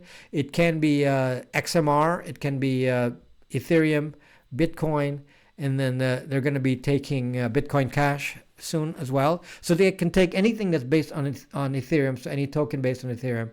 So it's not every currency, but it's a lot. It's a lot of currencies they can take, and then they can take it directly, store it in your wallet. So you need just one wallet, put all the currencies in there, and then you export it out, and you can pay from your, in fact, you can convert from your wallet to any currency and pay directly, and you don't have an extra step. And because you are able to keep it in the currency that you want, one-to-one, you never have to worry about price changes, and you have just to track that that one currency instead of worrying about is, how is XMR versus Bitcoin. If you look at the chart, for example, XMR has been going down versus Bitcoin for the last year. So you're losing value if you kept all of your money in XMR or Monero. So this is really cool thing, and I'm going to show you in a video, a little bit more about discussing the details of this.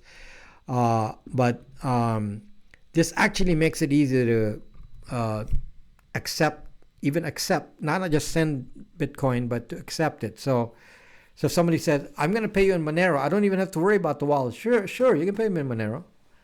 Can I pay you in Bitcoin? Yeah. Is it a private transaction? Yes, because it's going through this shielding process. So I can actually take confidential transactions where it doesn't show that I'm getting it, through this platform. It's very new. It's only 4 months old, barely, and I think it's 4 months old in the next couple of days. It's November 29th, so it really started near December, and it's so new.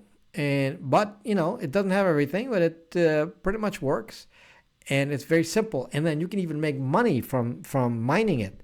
You don't have to spend like tons of money doing mining with Bitcoin. You can even mine this very simply. It's really easy. And the investment is a lot smaller. So I can show you the mining hardware, so you can actually mine it, and then and I believe they're going to give me a mining. It's not actually called mining; they call it validating. A validating unit that I can give away to one of you, so we can have a little contest here, and then one of you can win that mining hardware, where you can make crypto without KYC, because the best way to have crypto without KYC is to mine it. If you mine crypto, there is no KYC. Okay? Anybody thought about that? Too bad you can't make big bucks out of it, but but you can, make grocery money. You can make dollars on the mining. Yes, JK, it's kind of cool. It's very cool. I'm excited. I'm excited to get this early on, because it's rare that you get this early view. And they contacted me, and I actually tried it. I used it. I had a lot of questions about the dangers of it. Will the government try to shut it down? Will the government try to make it illegal? Whatever. How confidential is the is their setup? Can somebody do DDoS on it? All of this I'll try to answer in the video, and it's really, really cool. So check it out.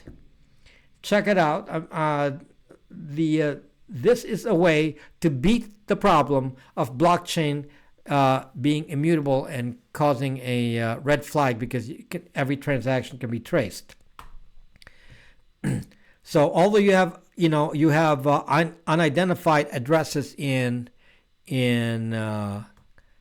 crypto, because of KYC rules, they're trying to piece together many pieces of the puzzle, connecting wallets to KYC identities, and by doing that, then they can arrive at some percentage of accuracy in predicting who owns which wallet.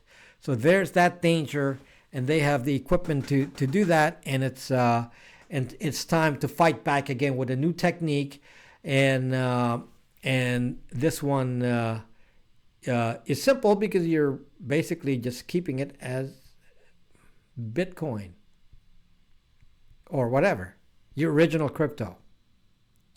Okay? So, thank you, Mel Gibson. So it looks like somebody got the mining bug. Anyway, it's just fun to know that you can participate in something, because it's so new that they need a lot more people to participate in the network. I think they have 1,000, they have 1,200 nodes doing the validation slash mining. They have 1,200 nodes, and I think their target count is 32,000 nodes. So that's a target to reach to 32,000. So yeah, it's very, very early in the stage. They can't even build the nodes fast enough. So, and they already build the nodes for you, so you don't even have to, buy a mining, graphics card and put a computer on it and load mining software. You don't even have to do that. They just give it to you ready to run. You just run it. And if you want to run some virtual ones and put it on Amazon, you can do that too. So anyway, this is there are some flaws with this. It's still early on, but at this early stage, it's not much of a risk. I think that based on, and they're not a target yet because it's too small, but and it works. That's for it's not ready yet for like a huge transaction. If you're going to come in and say, well, I'm going to buy 100,000 Bitcoin, no, they can't handle that. But for small players, it's enough to start with, and it actually works. And I tried it myself, and I've done a lot of little transactions. I've been playing with it, doing lots of little transactions, small amounts, just to see how it works, moving money in and out in small amounts. And the transaction fees are very small, and it's quite simple because it's just an app. So I actually installed the app on a de-Googled phone. So as you know, this is the de-Googled phone I sell to you guys. So so I put it on here, and it gave an error. You need this is one of the bugs. It gives an error that it will not run without Google Play, but actually it runs. I don't have Google Play on here. The error is not correct. It actually runs. I haven't found anything that doesn't. I mean, I've done every kind of transaction here. It runs. So you can download on your phone. You can see how it works. Just by looking at it, you can see in concept. And if you have a little bit of Bitcoin, like 0.1 Bitcoin, you can move it around and test it out and see how it works. It's quite easy. So as a test, somebody actually paid me in Bitcoin, and I said, okay, let's send it through this. I mean, it's just a small amount just to test it, and it worked great. So for a while, I didn't like taking Bitcoin for buying VPNs and routers and things, because I it's just hard to do the handling of it. And now this is easy. It just took me a few seconds to set it up so that I can be paid directly into my wallet here, which is already incognito. So I was paid directly to an incognito wallet. It's awesome. So just introducing you to something new, and again, I'll make a video explaining this next week. So I'm writing it out now and collecting all the data so that I have all the answers before I make the video. So anyway, this will be I think today was my first crypto discussion here on Bitcoin, even though I have hundreds of crypto videos on Periscope and Twitter. But this will be my first one here on YouTube. So anything else here? Let me just, I'm sure you can see Kelp's thought process now. I don't have to respond to Kelp much because you can kind of see he is consistent. So you don't need all the power needed to mine. Yes, Starlight, exactly. There's no big power usage. There's no big electrical cost. You basically plug the machine in, and you have to do what is called a stake. You have to put up some money, and basically you're earning 100% of that money a year. So Give you an example. You're going to invest something like, including the node, something like $1,200 total. That includes the computer and your deposit, which is called a stake. And you don't lose your stake, but you tie it up. You can't cash it while it's earning money.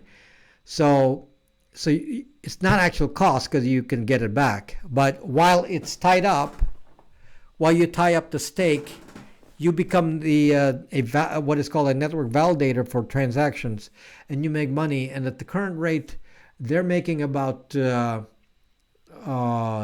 between 70 to 100%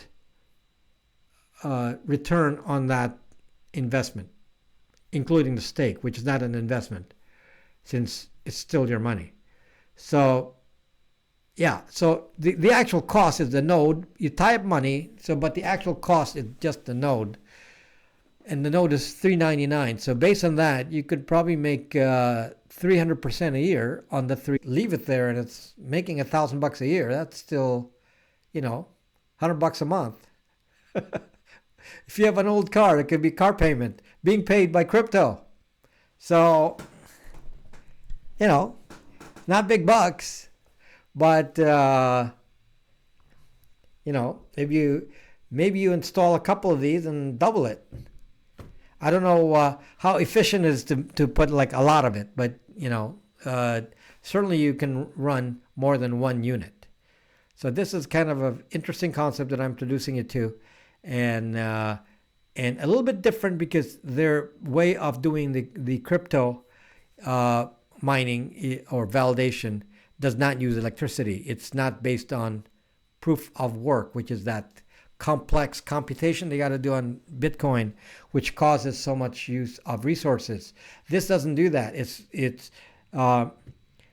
They trust your system because you paid money you put your money as a deposit to validate. So because you tied up your own money, that's what it's called proof of stake. So you're proven as a validator because you put money into the system. So you're not some random person off the street. You put money in. It's called proof of stake. Stake is your deposit that says you are a validator, and then you make money off that. So it's cool. Yes, once installed, you just get money. It's awesome. So I'm going to validator. Yes. So I'm gonna show you this, and because this is a privacy channel, we should support things like this that offers privacy and be able to transact in a safe way without having to deal with the complexity of dealing with converting to Monero and so on. It's difficult to if you actually do that in real life and transact in Monero, just to be unidentified. It's so many steps for both the sender and the receiver that doesn't exist here because you're keeping it in original form. You can just pay in crypto and say, oh, you want to buy something from me? Then, just pay me in Bitcoin, and I know it's going to be anonymous even though it's going through Bitcoin. So, does your stake payment go through KYC? No, I've not. You bring your own crypto in. I never went through cash, so you're already no KYC, no nothing. It's like earning LBC on LBRY. So if you watch LBRY videos, you get LBC. There's no KYC in that. So it's hard to get crypto from cash into crypto without KYC, because they locked those down in the last few years. Back in the old days, right? Starlight, you were able to buy crypto from an ATM very easily. Just go to the machine, put some cash in, and you got the Bitcoin. And it's harder to do now. So it used to be easy. No IDs, whatever. Put cash in, and the machine takes the cash, and there you are. You got your crypto. Now it's hard. So So, but yes, if you earn your crypto, there is no KYC. I mean, we're talking small amounts here. LBRY is that video, Cosmic Rose. Yet to never bow. It's a cultural difference. Economy is of self. I didn't know I bowed. Did I bow, Gnostic? I don't come from a bowing culture. I don't bow. That's like what Japanese people do. I'm not Japanese either. I'm not Chinese. I'm not Japanese. We don't bow. Okay, so yeah, BTC card, yes, Starlight. So this might promote the expenditure of crypto. If it makes it easier to send crypto back and forth with no KYC. This is going to be a lot simpler because it's anonymous transactions without changing the crypto. You don't have to worry about tumbling. You don't have to do any of that.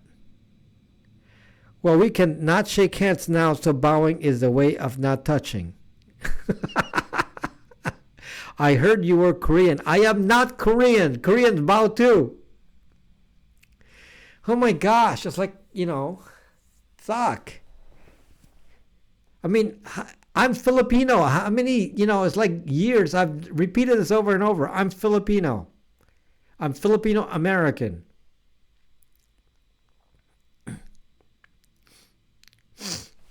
Filipino American. So just make sure that that's clear. So I'm not freezing. I'm not freezing. Everything is. Let me just check here to make sure everything is good. No, signal's fine. No freezing. Okay.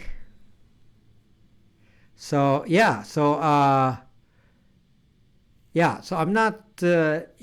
If people come in here and make racist comments against Chinese because they think I'm from Wuhan. It's like, well, if it's freezing, then blame YouTube. It's fine here. The signal's good.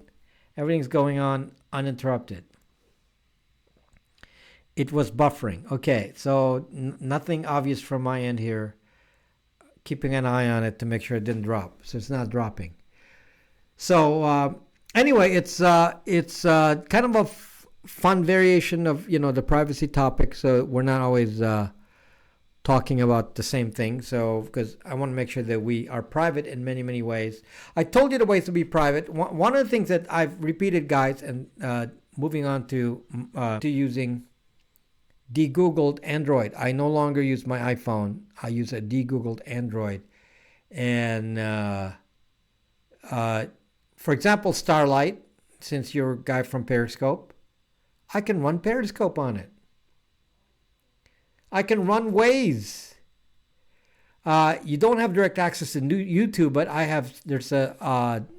there's a equivalent called NewPipe. And what's so funny about NewPipe is I can subscribe and watch the videos, but when I subscribe, it's only on NewPipe. It's not a subscription on YouTube. So YouTube doesn't know that I subscribe. So I can, if you want to look at nude videos on YouTube and you want to subscribe and you don't want to indicate that you're subscribed to them on YouTube, you subscribe here on NewPipe. And it won't know that you're subscribed because it's really just making a list of your favorite channels, and it doesn't send it to YouTube. And there's no identification. This is one of the things now is that this phone is not tied to any identity. I've never logged into this phone. This is not logged into anyone. There's the YouTube equivalent. This is not tied to any identity. So any app that runs on here does not know who owns the phone.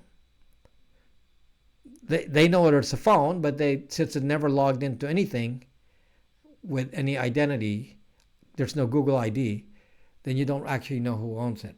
So, and I tell you, that's kind of a freeing thing. Since all the spying is done on the phones, the fact that you have one of these is like just crazy fun. I'm telling you, it's crazy fun. So yes, I have these for sale, and I have a G7 Play and G7 Motorola G7 and Motorola G7 Plays.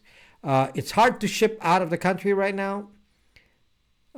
So shipping out is we'll check out next week. This week it's been hard to ship out of country, but for the U.S. it's okay. So if, I can ship anywhere in the U.S. without a problem. And this is just the best. So the small one is only 249 months old, and bright, as you can see, just like an iPhone. There's actually pretty much, this is the iPhone. They're the same size even. I can't really tell the difference. So I don't have any. I found that I actually am not missing anything by using this. Is what I use every day. I don't use the iPhone anymore. There's absolutely nothing that I can't do. So I actually use Signal now to get my SMS messages, and it's fine. So it works. You can make calls and accept standard SMS, not encrypted, standard SMS using Signal. So it's so you have one consistent spot where you can do everything, whether it's encrypted or not. You can use the same platform, and even doing calling. If you're using Signal, it will use voice over IP if the other person has Signal. So it's pretty cool. So anyway, 90% of the spying happens on the phone. So this is kind of a big deal nowadays. And to me, this is the biggest sigh of relief when I got rid of my iPhones. Like, wow, the spying stopped. There's a new requirement, by the way, from Apple. Apple is saying that apps now need to allow for your Apple ID to be used for login to apps. So soon, you will be required to log into Periscope with Apple ID and probably even YouTube. So, zuck that. I am not going to log in to anything with zucking Apple ID. Zuck that. Just like I don't want to use Google ID because it ties your device to you with your real name and everything. With your credit card. No, I don't want that. For privacy reasons, I don't want that. And Apple is now putting even more integration so that you're forced to identify yourself even more. The privacy phone, iPhone, now wants you to put Apple zucking ID. Fortunately, Braxme is exempt. But it's just zucked up. Okay? Braxme is exempt because I don't use any kind of ID. But for many apps that currently use like Google sign in or Facebook sign in, you're going to have Apple ID sign in. So they're going to really zuck you. You can say, oh, we don't want you to log in anymore. We're just going to use your existing social media so that Facebook can track you on all platforms. So, yes, Mel. So this is zucked up. So that's why I love it when I'm, this is recording my Google ID, except I don't have a Google ID on it. So they can track me all they want. So I watch, if I'm watching New Pipe here, which, runs YouTube videos, I'm not actually running YouTube, but you're giving credit to me watching it, even though you're watching on a different platform. And it will show up for views, but it's private. This is amazing. So this is the way to do it, and you don't the tracking stops on the phone level. A lot of the protection comes from these two devices that I sell. It's amazing how much can be done with just these two devices. The Brax router, so you VPN your entire house, and your traffic is automatically completely VPN, so you don't have to think about it.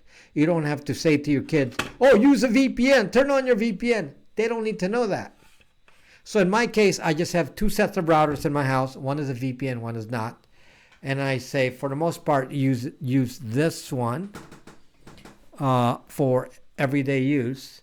And the one I tell them to use is the VPN.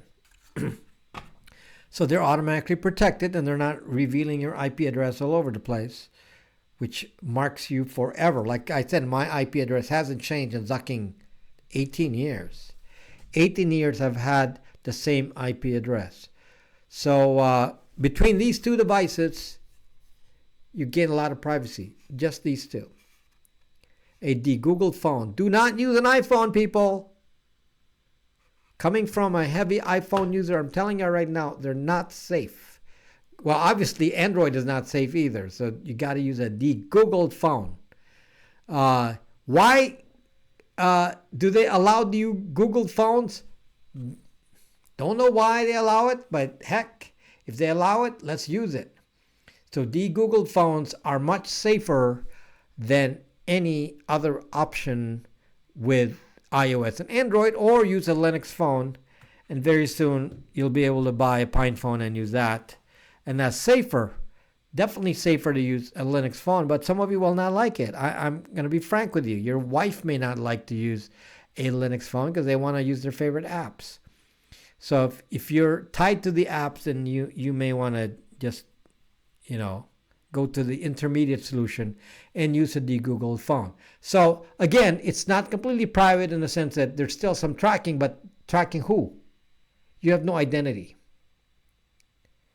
There's no identity to a de-Googled phone if you have a VPN. Okay? So this is, with a VPN and de-Googled ID, there's no identification. So then using crypto coin like Incognito, I mean, goodness.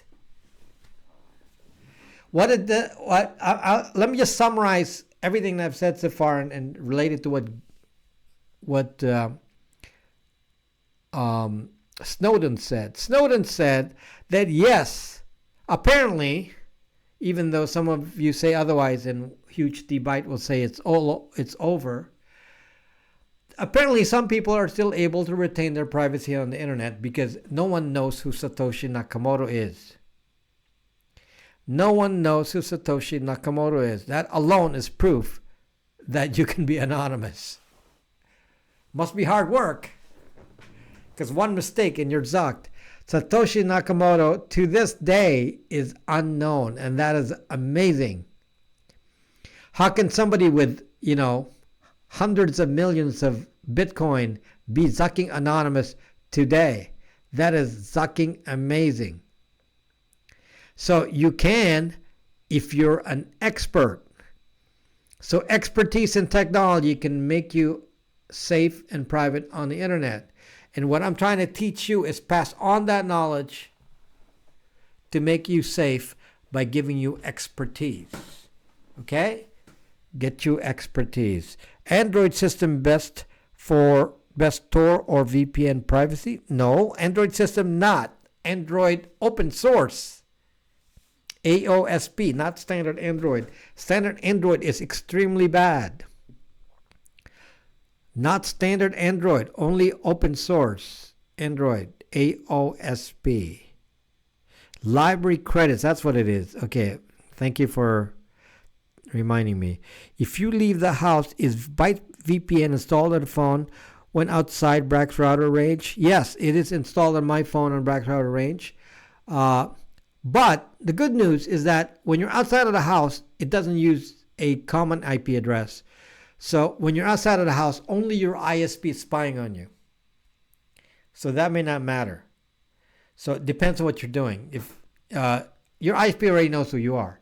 So if your issue is being out of the house for and you're using cell data for just normal everyday whatever, and you're not really using the phone, the fact that it's not on a VPN is fine. Now, if you want to go to Facebook because you didn't pay attention to my warnings about Facebook or some other app, that's when you may want to turn that VPN on. Okay? But for just running around doing nothing, it's not an issue because only the carrier has your IP address anyway. Nobody else knows who owns the IP address because you're using a shared IP address when you're on cell data.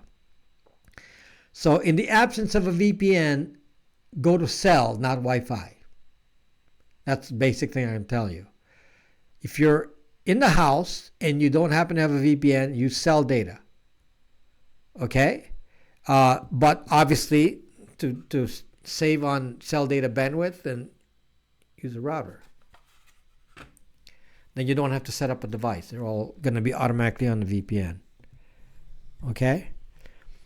What did I miss here? I'd buy it from him if you are in the USA, unless you like messing with Pi installation.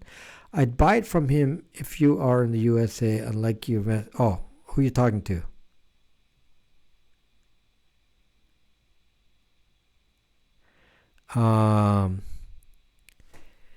Yeah, the standard one is a Raspberry Pi 4, and I give it to you with a case, or you buy your own. You can buy your own Raspberry Pi and just buy the chip from me or download it. You don't have to buy the Raspberry Pi from me. It's the same price. So I'd actually rather you buy it yourself. But I have it. So if you buy it from me, then I sell you that. Okay. If you want to trick it out yourself because you want to put it in a nice case and, you know, all these different variations, then buy it yourself. Just standard Raspberry Pi 4. So they're getting expensive now because it's hard to find them, you know, from China. So yeah, so you don't have to, but you don't have to buy it. You do need a VPN with it, so you can't just buy this. Yeah, you need to have this and a VPN. Okay, one more thing. Final note for those who have VPN. Okay. Hello, Kathy. Final note for those of you who have a VPN. And it's about BitTorrent. So, BitTorrent is really deadly. Deadly. My ISP is like, you know, ready to drop me because so many of my VPN users are stealing copyrighted content using BitTorrent, thinking they're safe with it. Well, let me just explain something that some of you are not familiar with what they're doing now. Okay, so how does like NBC and, you know, Sony and all these companies, how do they fight copyright protection? So what they do now is they hire these people, or maybe these people actually sell their services to Sony and NBC and so on. And what they do is they run BitTorrent themselves. So, but they're immune because they work for Sony, NBC. They're subcontractors basically. And all they do, guys, is trap you.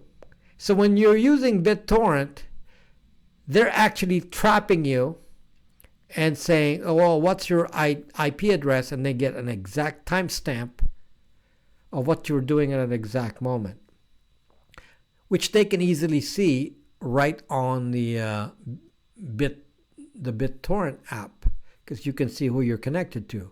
So they, you know, they record all the IP addresses and the timestamp, and then they send a DMCA notice to the ISP with a demand to shut down whoever is causing that traffic, which in this case is the VPN. So they want to shut me down, and they said, well, I've identified through an exact time who is downloading this bad content. And, you know, it's pretty hard to hide under those circumstances because, you know, it's like a timing attack. So, guys, don't use zucking BitTorrent. It's a zucking honeypot. Yes, Locutus aboard. It's a zucking honeypot. I'm going to tell you a little trick. Stop rubbing my eyes. It's okay, Cosmic Rose. I haven't been anywhere. Okay. If you stream I've never suggested you to do anything illegal, but if you stream video, streaming cannot be tracked because you're on HTTPS, and if you're running a VPN, you cannot be tracked on streaming. So if some site is streaming something, watch it in streaming. Then the liable party is the one doing the streaming, not you. So the streaming party is the target, not you. So that's okay. That's not going to get you caught. BitTorrent is not, because you actually stored a copy of the illegal content on your computer. So you're zucked. You're zucked. So guys, BitTorrent zucks. So let me tell you, don't use that. Now, if you use Tor, you can get away with BitTorrent if there's something that you need to download legally, but you want to use BitTorrent but want to have some privacy. Then use Tor, ByteStore, which I offer. So ByteStore can do that, but don't use regular VPNs.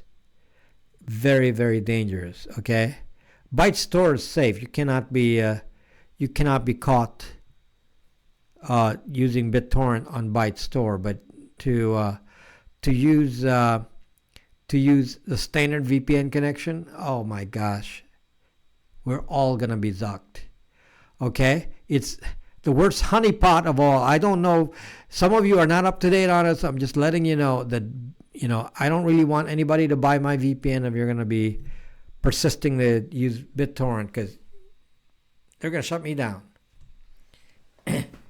Okay, just be safe, guys. Stay away from honeypots like that. Bytes, BYTZ. That's right on the top of the screen. It's Zucks like the dark web. Yes. Do you still like Cricket Wire? I've never used Cricket Wireless, Cosmic. I've used Ting. But if you're going to use Ting, get a referral code for me so I get some credit. I would appreciate if you're going to use Ting.com. Ting.com is nice and cheap. I love it. It's one of the cheapest way to use a phone. Especially for burner phones or phones that are hardly used. If I'm only using it for two-factor authentication, it's $10. $10 a month for two-factor authentication. Not bad.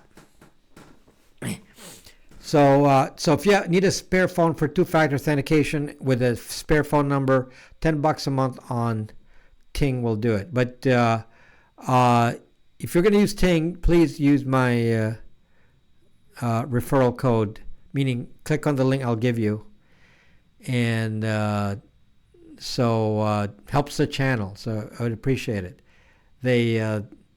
Little things like that help the channel. So we're not making much money from doing this. So not getting rich from this.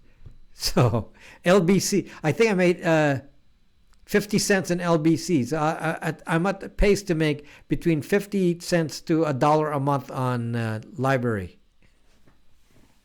And on YouTube, I made probably $150, which is a improvement from the prior month where I made $140. So, from $140 to $150.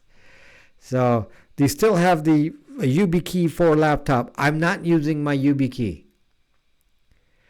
Link, I have to give it to you in Brax. I don't have a link or it's on some of the other videos, but I have to give it to you. I think it's on my burner phone video. But I can just give it to Unbrax, the link. But I appreciate it. I'm the best actor ever. How can you not love me? Yes, Mel Gibson. So, Kathy actually believes it actually is Mel Gibson. So, anyway, guys, that's. I hope you're safe out there. And 140 to 150, it's all relative. What the heck does that mean? You do this out of principle and good faith. traits of person with strong character. Thank you, Ryan B. LBC will change you for in the end game. Snicker. Okay. So, Kelp, you have very weird belief systems, Kelp. That's all I can tell you. Sometimes I get angered by, you would interrupt and try to break down what I say and minimize what I say. It just gets on my nerves. So, but you will keep doing that. So it is what it is. When you reach 1 million subs and you will get your 150 month will be 15K. Yeah, so easy enough. Actually, my volume was pretty high last month. It's very high, and it's not a good sign because my volume was as high, of views was as high as some people making that would have 50K subscribers. My views were very high, and to get that many views and only make $200 a month or less is definitely not survivable. So I'm not going to make money from ads. I'm going to make money by providing a privacy service to you. So guys, especially those in the US where I don't have any shipping problems, I still have these phones. I have a bunch of phones on Nexus 5s. I still have those. I have Moto G7 Plays, de-Googled phones, and Moto G7, which is a little bit larger than this. And this one is $249. Again, these are pretty much brand new phones. This is $249, de-Googled, and the larger G7 with 64 gigabytes, because this one is 32 gigabytes. The 64 gigabyte G7 is $299. And so they're very powerful phones for a fraction of the price of a Samsung Galaxy. Samsung Galaxies are expensive. These are not, and they're very comparable. They're not bad at all. Not bad. You know what? Maybe Kelp is the disinformation master. Maybe we're like, we think Kelp is like, playing dumb here. And maybe Kelp is actually the master. He's actually somebody else. You never know. How do you only have 6 patrons? At one point, I only had 1 patron. So, thank you, Ray. Yes. Yes, please support me on Patreon. I mean, I'm not going to survive doing this on... I think Patreon is up to $41 a month now, from the $6 a month I was getting before. $6 a month on Patreon. I think that's up to $41 a month now.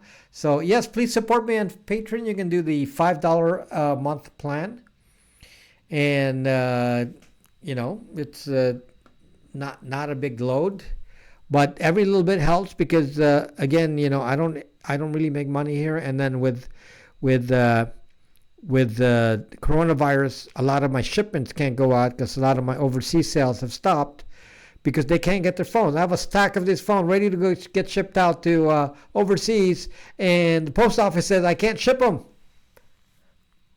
I can't ship the phones. So, it shut down my sales. So international sales have basically shut down. So yes, please support me.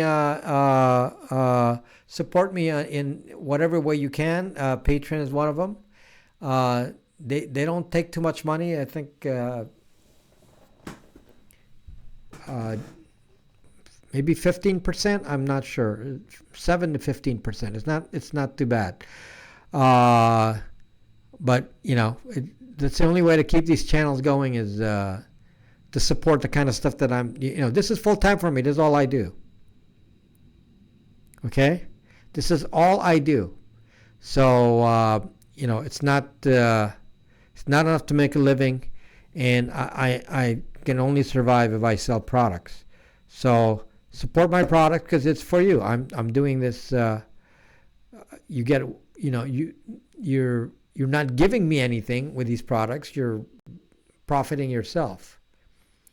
So I'm telling you, as an iPhone user, to have a phone that doesn't identify me at all is like incredibly awesome feeling. I just can't tell you.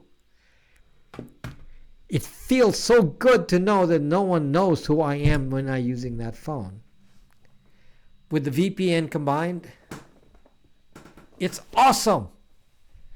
I've never felt this good in a long time because it's like I know I was being spied on and I hated it and I didn't know what to do. With the Wi-Fi scanning and all the little tricks they do on the phone, I'm just, just so fed up, and I just said, how do I get away from this? And the Linux phone was certainly a great option, but it's not ready yet to use a Pine phone. So soon, though, maybe in a couple months, I'll do a video saying, okay, the Pine phone is now ready. Go get some. Okay, so please, this is not an iPhone. This is a Motorola G7 Play. And then I have, this is a Play too. I have Motorola G7s, which is a little bit more memory than this and slightly bigger. So, and slightly more expensive too. So I have Motorola G7s for $299. This is Motorola G7 Play for $249, pre-configured, de-Googled. You don't have to do anything. Just you get it, you run it. I already spent the time setting it up. Okay. So and they're new phones. So they look new, they're mint condition, and they obviously run fast because they're all new. And if you still want the Nexus 5 Ubuntu Touch because you are really wanting to have maximum protection, then you need a Nexus 5 with Ubuntu Touch, and I have those in 16 gigabyte and 32 gigabytes, and I still have a couple left of those. So I have those still. So, and I have a couple in better condition, and then I have a couple that are in lesser condition, which are slightly discounted. So, if you want a slightly cheaper one, those are cheaper. Let's see, I think I have one for only $150 for the Nexus 5s. So there's a version, like I think the 16 gigabytes is only, I think it's only 150 or 153 or something. It's like $20 cheaper. Rob is the way out of the spy system. AMG, no doubt. Do not understand that backdoors are in this hardware, in the hardware. What hardware? Again, understand that these phones are not identified. Aside from the fact that, they're pre-owned. Actually, they're not pre-owned. They're open box. But there's no record of who owns them. So nobody knows anything unless they get a track of your IP address. Okay? So, So anyway, be safe, people. And stay home. Don't duck and go out there and, go closer than 6 feet. I have been, I've actually been, in quarantine for over a month now, and or about a month. It's about a month now, yeah. And I'm starting to go buy takeout. So I wear gloves. I go out to the drive-through or something and get some takeout. So I'm getting takeout now because I'm like, it's like I feel like I'm in I'm lockdown hell here. So that's the most I'm doing is takeout. Otherwise, I'm still at home. Okay, takeout. Do they come with charging cable? Depends. The G7s do. The G7s come with charging cable and international charger. So you need a converter or use your existing one. The G7s Some come with, depends on my stock, some come with cable. No chargers. Okay? So I hope you learned from my my broadcast tonight. It's, I do this to increase your intellectual levels. I want to make you all smarter. Only Kelp doesn't seem to get smarter. I mean, I wish Kelp would learn from me and actually start talking intelligently after watching me for a long time. But yeah, build your intellectual capacity by learning from advanced reasoning skills. So, okay, guys. So thank you. And how do I shut this thing down? I can't even find the. I lost the shutdown feature.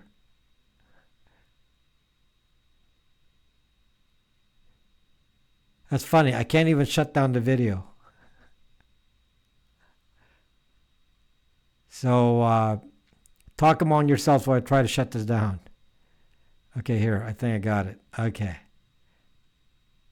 When I had to reboot, I lost the shutdown. Okay. Good night, guys. See you later, and watch for that crypto video on Incognito. Bye-bye.